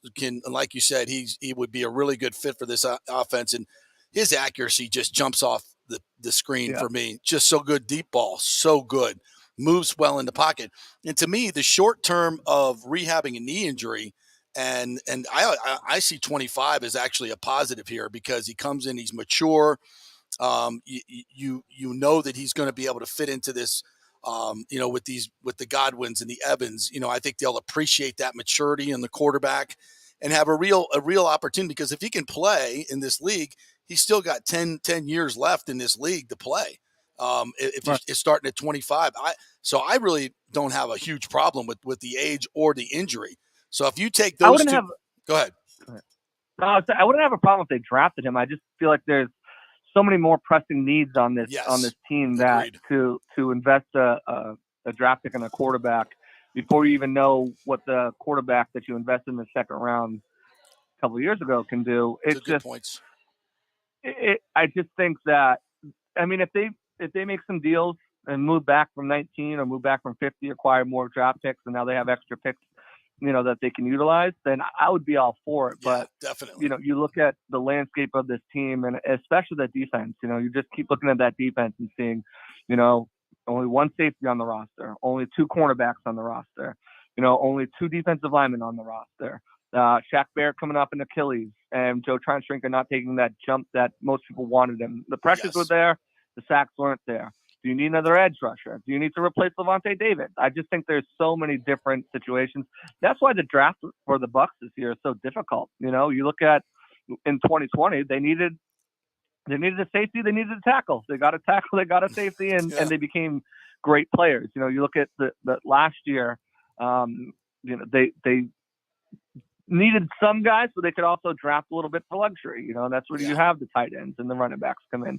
And then you look at the year prior, they needed another edge rusher, and they drafted their edge rusher. So this year there's so many needs, and without seeing what free agency is going to unfold and what they're going to be doing, and I don't think they're going to be major players, at least for the first, couple weeks of free agency minimum signing. I think a lot of their depth signing guys are probably going to come after that June 1st. Teams start to make cuts and they don't count towards compensatory picks in the following season. So I don't expect them to make a lot of moves, but a few moves here and there will certainly clear up that picture of what their needs are going to be. But right now they've got needs on both sides of the ball pretty much everywhere. And as to what they do at 19, I've heard that a lot. Like you said, the Bucs moving back and getting more picks, and we've seen Jason do that a lot in past drafts. But with this year, there's so many needs. You need to get high impact players in there, and the big reward guys are going to be in the first round, right? So who's the one player, what position or player, whatever it is, that you think if he's there at 19, it's just the value's too right, and they would probably run to the podium for? I think looking at the situation, you see how close they were last year to taking the safety in Lewis Cine. I think if Brian Branch is there, his flexibility coming from a big program, obviously Bowles, a former safety himself, would love to probably have him in here. He can play the nickel, he can play the safety, gives you two dynamic playmakers in the back end with Antoine Winfield and Brian Branch. I think he makes a lot of sense. I think if somehow Paris Johnson falls down there, they could be interested in him depending on what moves they make, especially with Donovan Smith. Devin Witherspoon probably won't be there, but if he was there, I think you sprint that pick in. And then you can kind of look at some other positions too, depending on where they go, what they need. The edge rusher could be something. I don't think it's a first-round need for them because they have two guys. They have two starters. And again, what Shaq looks like after coming off of his Achilles. Yeah. He was never a speed guy anyways. How much speed does he lose? Can Joe Tryon-Shrink take that next step? I think they could use that. Tight end would be a sneaky pick with the Michael Mayer, or I know Dalton Kincaid is rapidly moving up the draft boards as a guy. So that's the thing. There's so many different ways they can go, but I think at 19, realistically, guys who could be there, Brian Branch is going in anywhere from that 8 to 20 range. I think he could be he'd be a solid pick, give you an immediate starter and a guy who could play at a high end. J.C. Allen joining us here from the Pewter Report. You're absolutely right in terms of the needs. They have so many needs, and I would expect, and Jason Light will talk at the Combine today, not that he's going to be, doling out exact strategies, but right. I think if I said, what was your percentage on him trading down and adding picks from 19 and getting more in the second and third round, I would put that at about 75%. I mean, it always obviously depends on who's there. If somebody slides to you, you got to make that pick, obviously, right, that you really like. But I think, to me, 75% he trades down and picks up more picks in the second and third round. Would you agree? Yeah, I don't see as many blue chip guys. I see a lot of good players, a lot of good players and a lot of depth at players at positions they could utilize. I think edge has a lot of good depth this year. I think cornerback has a lot of good depth. Wide receiver, another position. Tight end surprisingly has good depth. Tackle is one of those things where I think you've got one guy and then two or three other guys who could be really good tackles. But then I think you're going to see a lot of these guys overdrafted in the second and third round, which normally would be kind of third and fourth round guys. Mm-hmm. But I think trading back makes the most sense, right, unless there's a guy that you have to get.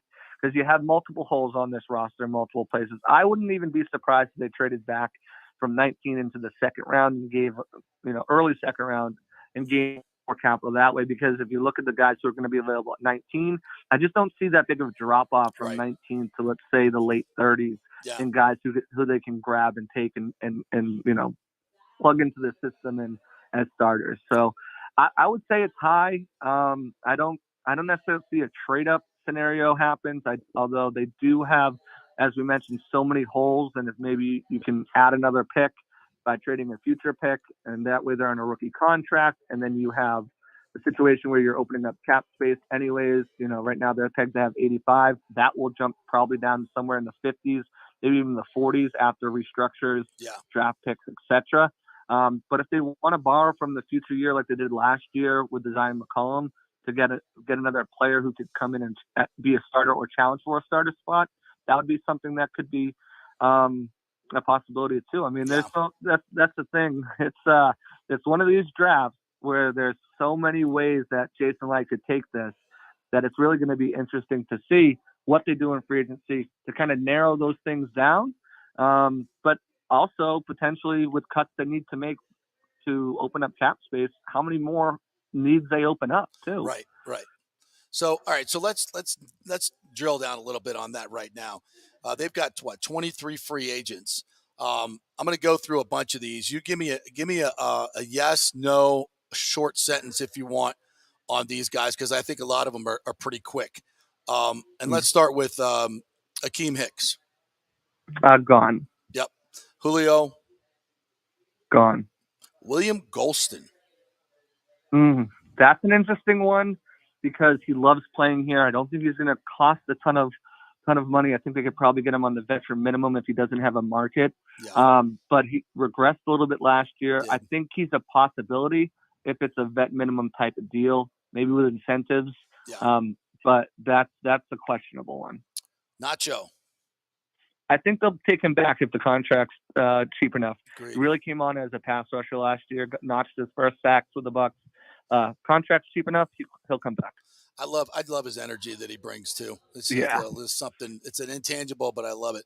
What do you think about Blaine Gabbert? Blaine's good as gone.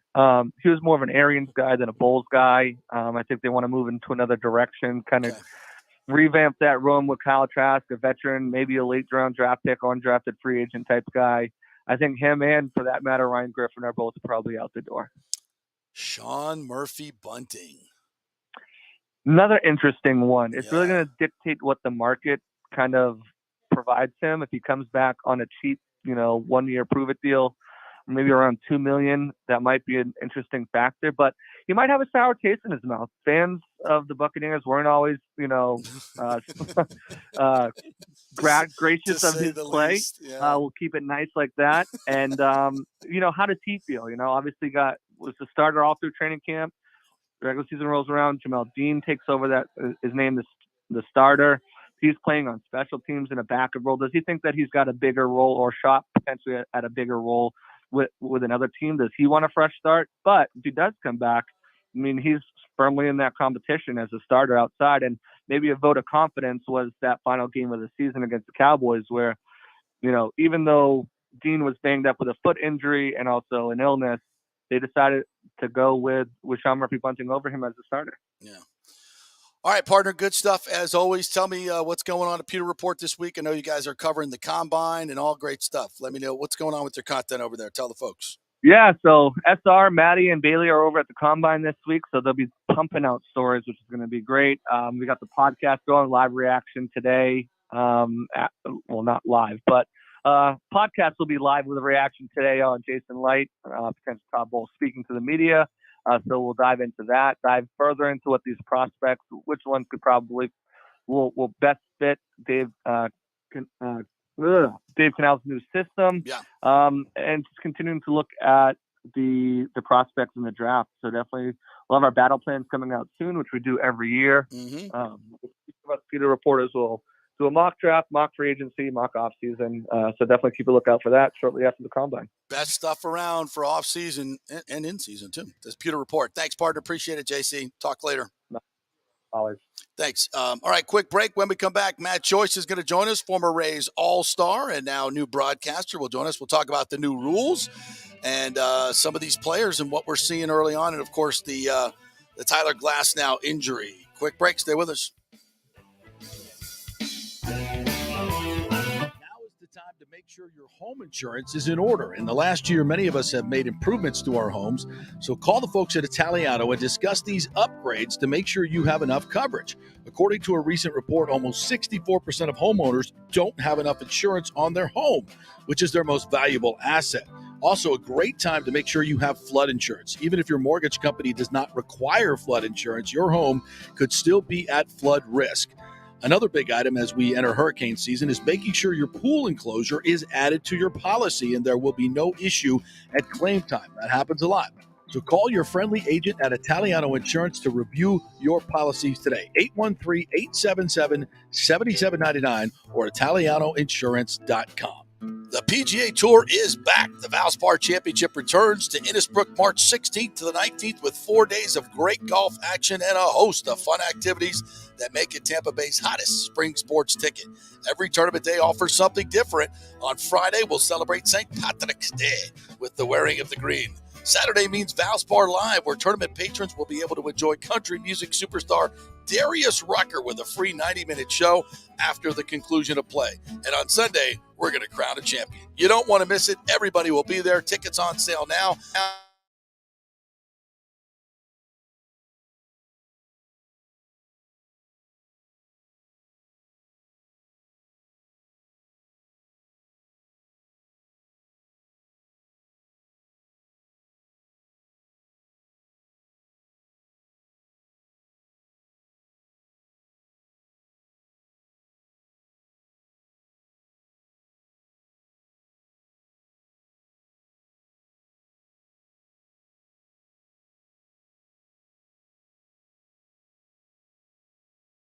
Right?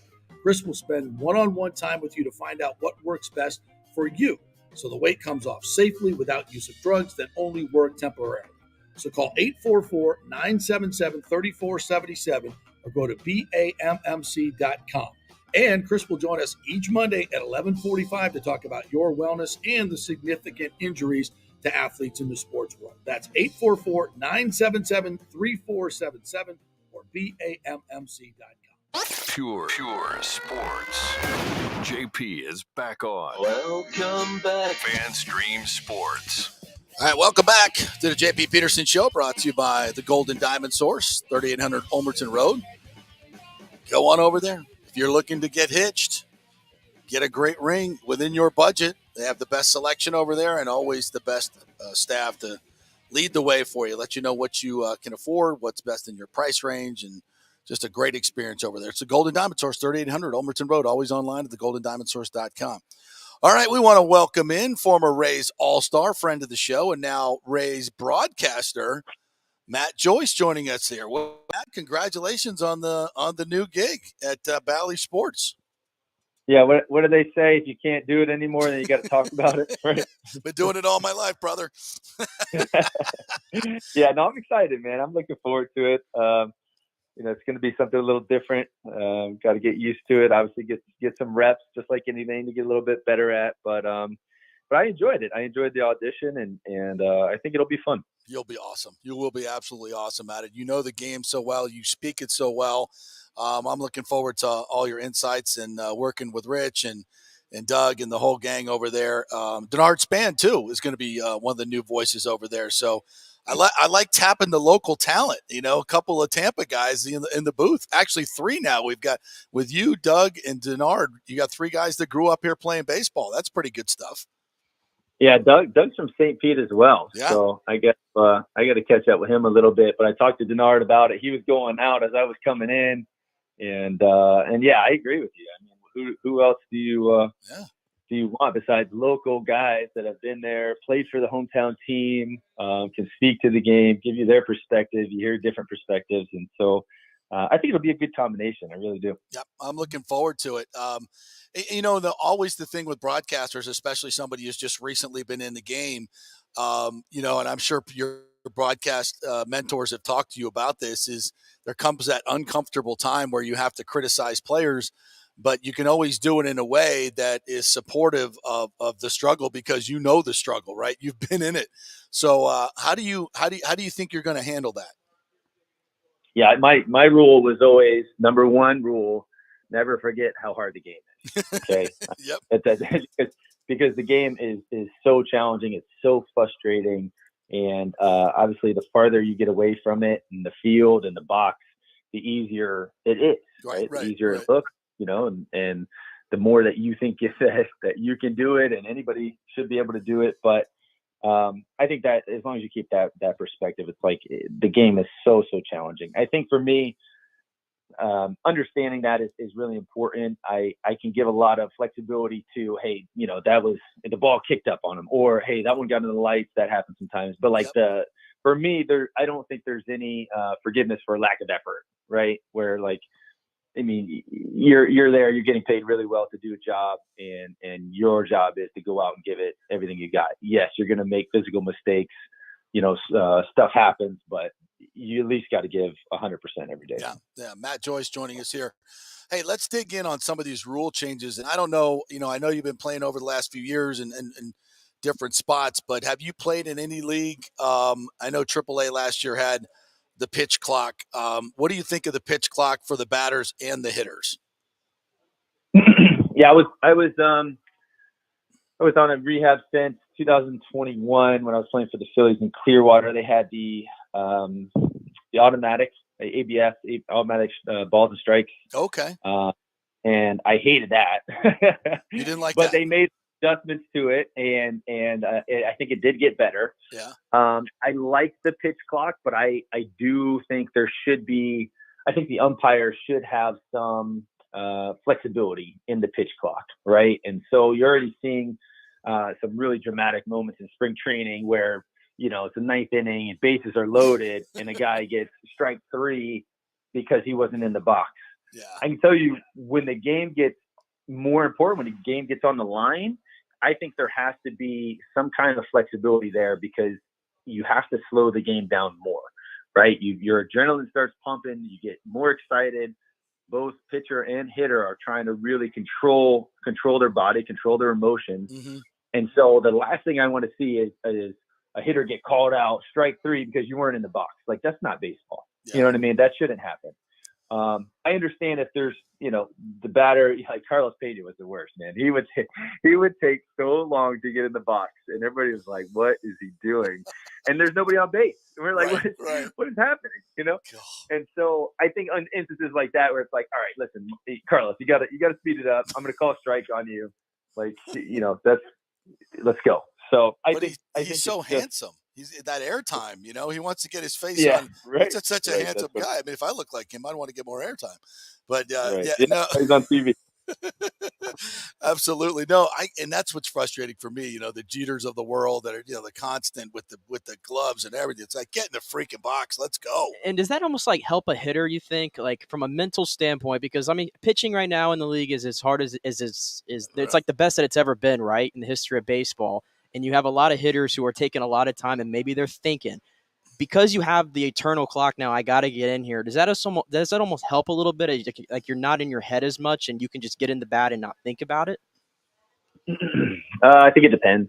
I think it depends on the hitter and their habit. Honestly, I think there's a lot to be said for comfortability, routine. Yeah. And so if you're rushed into something, like you're going to be uncomfortable. Yeah. So I don't think it's going to be that big a deal. Again, like obviously you're going to see a couple instances here and there, and they're going to really be blown up and scrutinized. But for the most part, I don't think it's going to be that big a deal. I think you're going to have a handful of players that are going to have an adjustment to make. Mm-hmm. But I don't think it's that big of an adjustment, right? It's just like, all right, let's get the game going here. Yeah. No, I agree. I think it's going to be good. The pitch. I think people you talk to some of the AAA players. They say they got used to it. It took a couple of months, but they got used to it. And I do think overall it's better for the game. But yeah, maybe I don't even know if this exists in the rules right now. But do they have a warning system like for a batter and a pitcher where you say you get one warning? Like, okay, you would pass the clock on that one. You're on the warning. Like they warned the dugouts. Okay, you've been warned. Next violation, you're done, or it's a strike, or it's a ball, whatever. Is that in the rule system, or maybe is that something they should add? I'm thinking you think. Yeah, I don't think that's in there. I don't mind the idea. Yeah, it's a good tweak. Of who you gave warnings to, and yeah, I don't know if it's an overall team thing, but yeah, I mean, I don't hate the idea. Yeah, no, I think you're right. I think that was actually your idea. I think that's right. Maybe they should, in the later parts of the game, just give a warning, and then the player knows, okay, I took too long in that situation, and it's not their dramatic end of the game. And I think baseball actually was waiting for this to happen in spring training to get people talking about it, end the game that way. I'm sure that they told the umpires, let's don't give it, and to make a point to the players, like, yeah, we're going to call this. They do it in the NFL in preseason when they're going to emphasize certain new rules or just emphasize a rule more. They try to make those calls a lot in the preseason, and I think they're probably going to do that in spring as well, right? Yeah, I agree with that. I can't imagine, it's going to be bottom of the ninth Yankees versus Red Sox, bases loaded, and they're going to end the game. I mean, I can't imagine what fans would do. They would completely lose their minds if they ended the game with, "Hey, you're out. You took too long to get in the box." Well, now with the clock, there'll probably be fans in the stands going, "Oh, he wasn't in the box. He wasn't in the box. He should be out." They'll be yelling and screaming too. So that'll be interesting. Now, what about the shift rules? How do you think that's going to play in as far as not being able to shift? It looks like teams are already getting workarounds for this with outfielders, etc. Yeah. I mean, honestly, I was thinking about making a comeback. I was going to come out of retirement with the shift being gone. that would have helped my case. No, I mean, my problem was I think it affected left-handed hitters way more than it did right-handed hitters, right? I mean, obviously, you take third baseman and pull him in short right field, and then a ball that is a line drive to short right field that's been a hit for 60 years is not a hit anymore. So I do like the adjustment. I do like the regulation of it, right? Like, hey, you can shift, but it has to be controlled. It's a controlled shift. And so it's just going to be, like you said, I mean, teams are going to figure out, okay, how do we shift and how do we play the best defense within the rules, within the confines of the rules. Right. And so, you'll see some different things. I'm sure some outfielders were going to come over, and I'm not sure if they can do 4 outfielders. Maybe you might see that a little bit more often. Yeah. So it'll be interesting again, but there's always going to be, teams and managers that are trying to stretch the rules as far as possible, and obviously, make the most of their defense. Matt Joyce joining us here. Can you explain to me this rule on throwing over to first base, that you can only throw over twice, right? So what happens after that? Yeah, just take off. Yeah, I mean, I don't get it. It's like how? I mean, so the guy just takes as big a lead as he wants halfway to second base. So I guess can the pitcher step off the rubber and run at him? I don't know. I think that's going to be That's going to be it's going to be interesting. It's definitely going to be interesting. I think you'll see a lot of pitchers pick over once, but they're going to be hesitant to pick over twice. Right.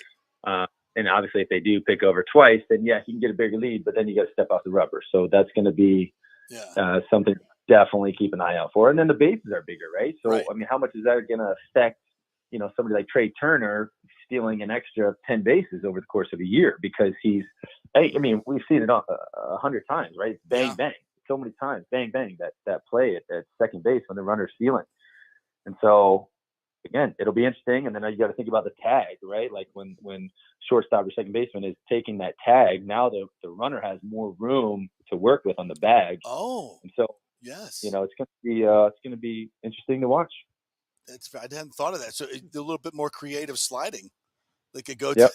That's really interesting. Yes, because we've seen that a lot. That guys have now, when they dive head first, they can move a hand. It's kind of plays. It's like a little dodgeball when you're going down. So for the guys that are trying to take a throw, at 95 miles an hour from a catcher or whatever, and then get the catch it and get the tag down, maybe it's going to be it adds a little bit more skill to the game. So I like that. Matt, let's talk a little bit about the personnel for the Rays. I don't know how much you've gotten into it in your study, but the big news, obviously, Tyler Glasnow injured. We just got the MRI results. That's a grade 2 oblique, and he's out 6 to 8 weeks.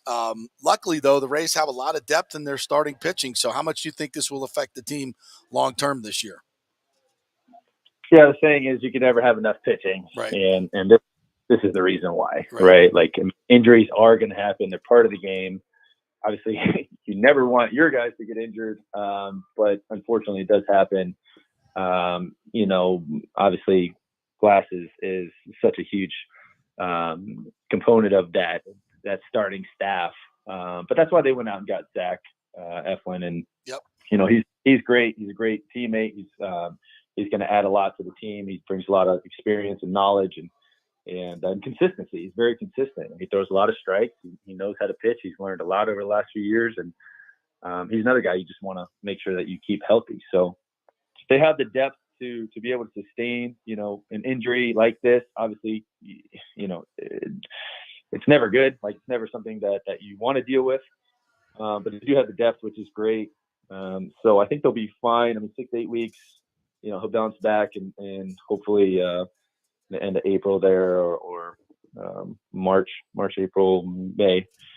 So it will be fine. They'll be fine with that again, but he's a big piece to lose. Yeah, and I was going to ask you about Zach Eflin because he's the highest paid Rays player I think they've ever signed in free agency, and I'd imagine with you being in Miami and Philadelphia that you got to face Zach Eflin a couple times, right? Yeah, I did. I faced him against when I was with Miami. Yeah. And again, he comes right at you. He's very good at locating his pitches. His pitches do have late movement.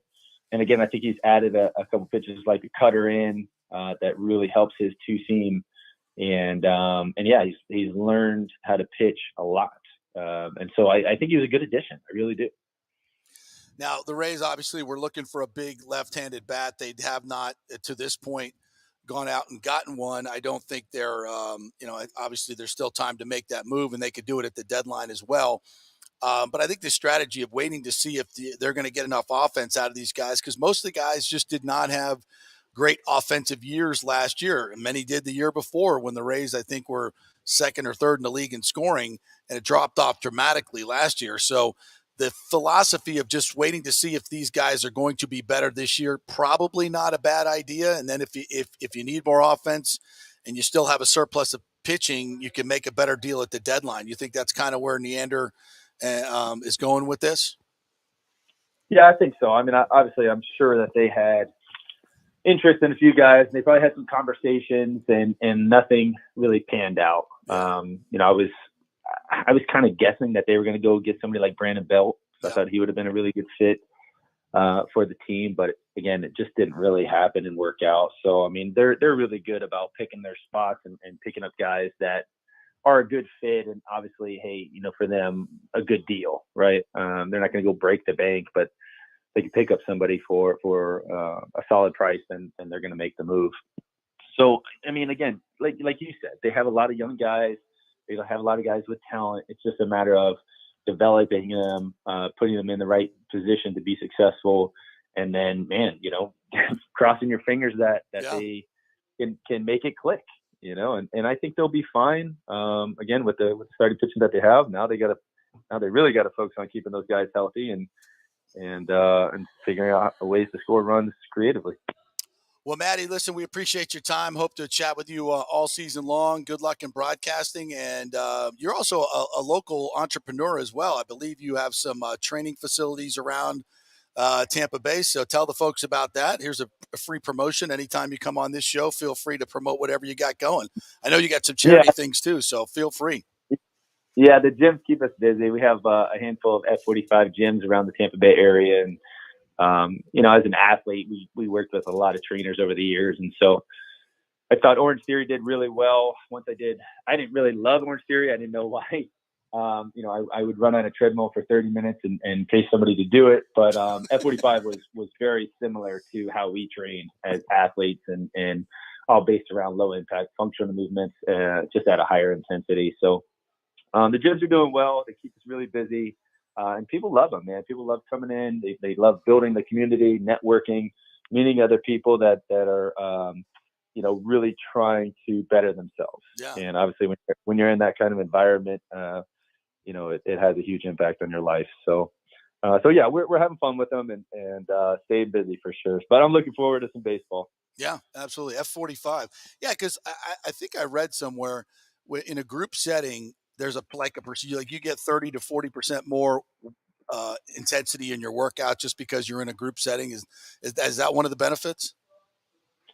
Yeah, definitely. I mean, I pulled in some guys, some of my buddies, and they've got a killer workout. And obviously, we're pushing each other, and you just don't really slack off. You're competing a little bit, right against whether it be your friend or somebody else in there, or maybe there's a semi-attractive girl that you're next to, and you're like, oh, I'm not putting this weight down. You know what I mean?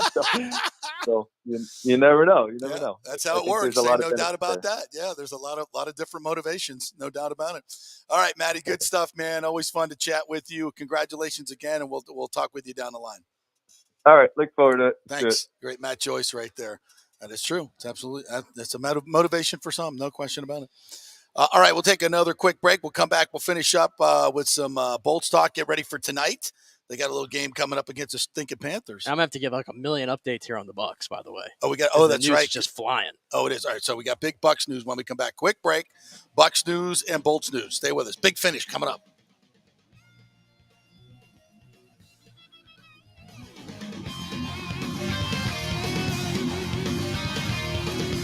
JP here for the Jeeves Law Group. I've known Scott Jeeves for quite some time, and he's just like us, a huge college football fan. He loves his Gators. In fact, he sponsors our Gator Report every Thursday at 11 o'clock with Scott Carter from FloridaGators.com. But he's not just another PI attorney. He is a ferocious advocate for his clients. Scott Jeeves is a board-certified civil trial lawyer and a certified circuit court mediator practicing in Tampa Bay for over 30 years. He is an AV preeminent rated civil trial lawyer and certified circuit court mediator. Folks, these designations are not just given out. They're given only to the best trial attorneys. But more than anything, Scott takes these cases personally. I've heard it from his clients. He's a fighter you want on your side.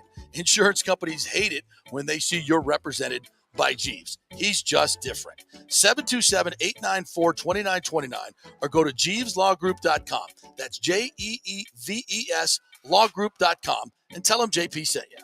Hey, folks, it's still engagement season, and where better to get that special ring than the Gold and Diamond Source? The Gold and Diamond Source has the largest selection of engagement rings in the country, a literal jewelry supercenter with 30 times the inventory of any normal jeweler. You don't have to wait to spend any extra time waiting for them to bring something in.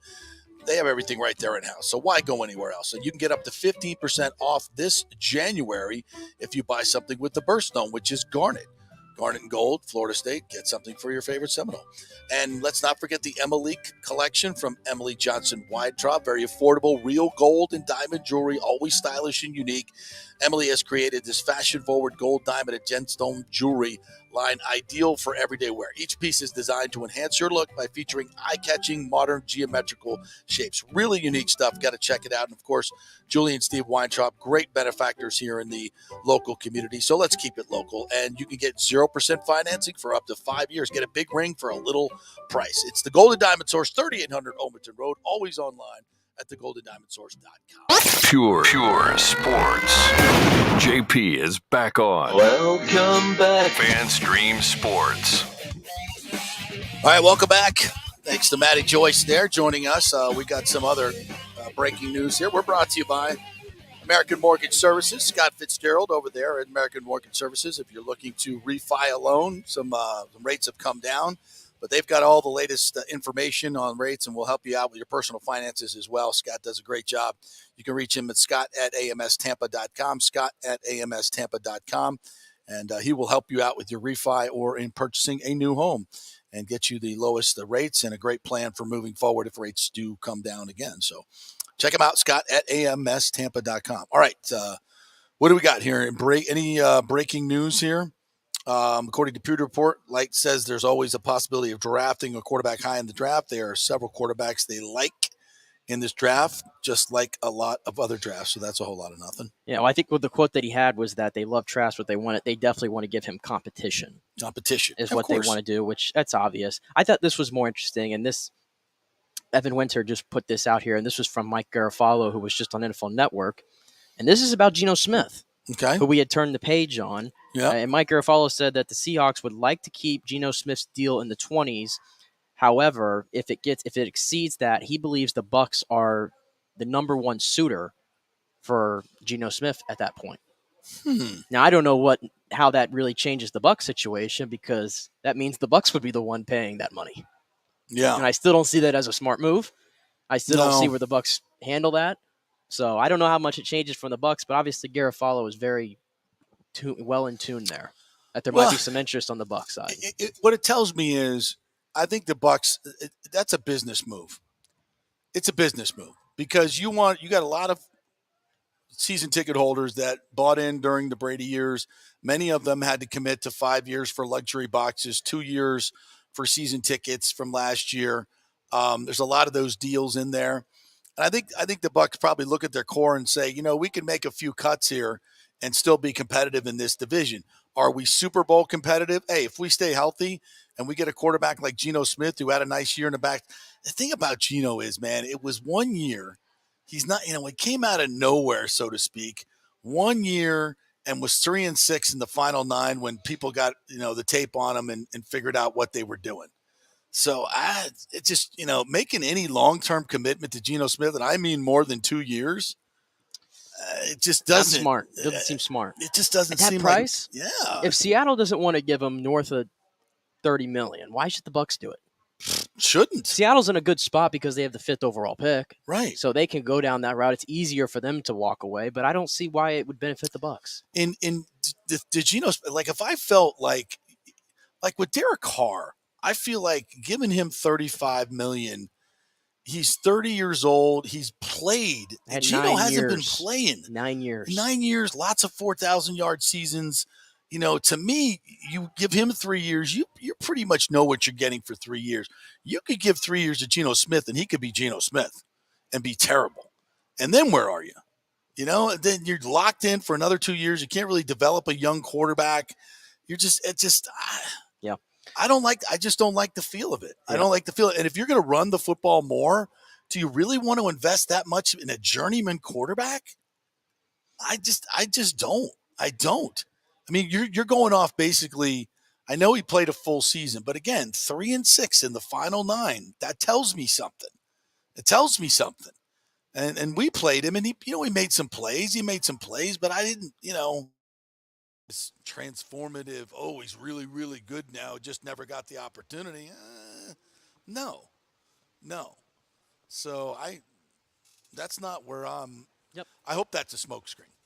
Probably it's smokescreen season. It is smokescreen season. But yeah, we'll get to more of the tomorrow when we have the actual sound from Jason Lang. The last piece of business here was from Scott Reynolds, and this is not all that surprising, but the Bucs are expected to move on from Donovan Smith and cut their losses there. And he notes in his article that they are exploring moving Tristan Wirfs to left tackle. Yep. So no longer is that speculation. That is a thing that the organization wants to do. We've said that from day one. Tristan moves to left tackle.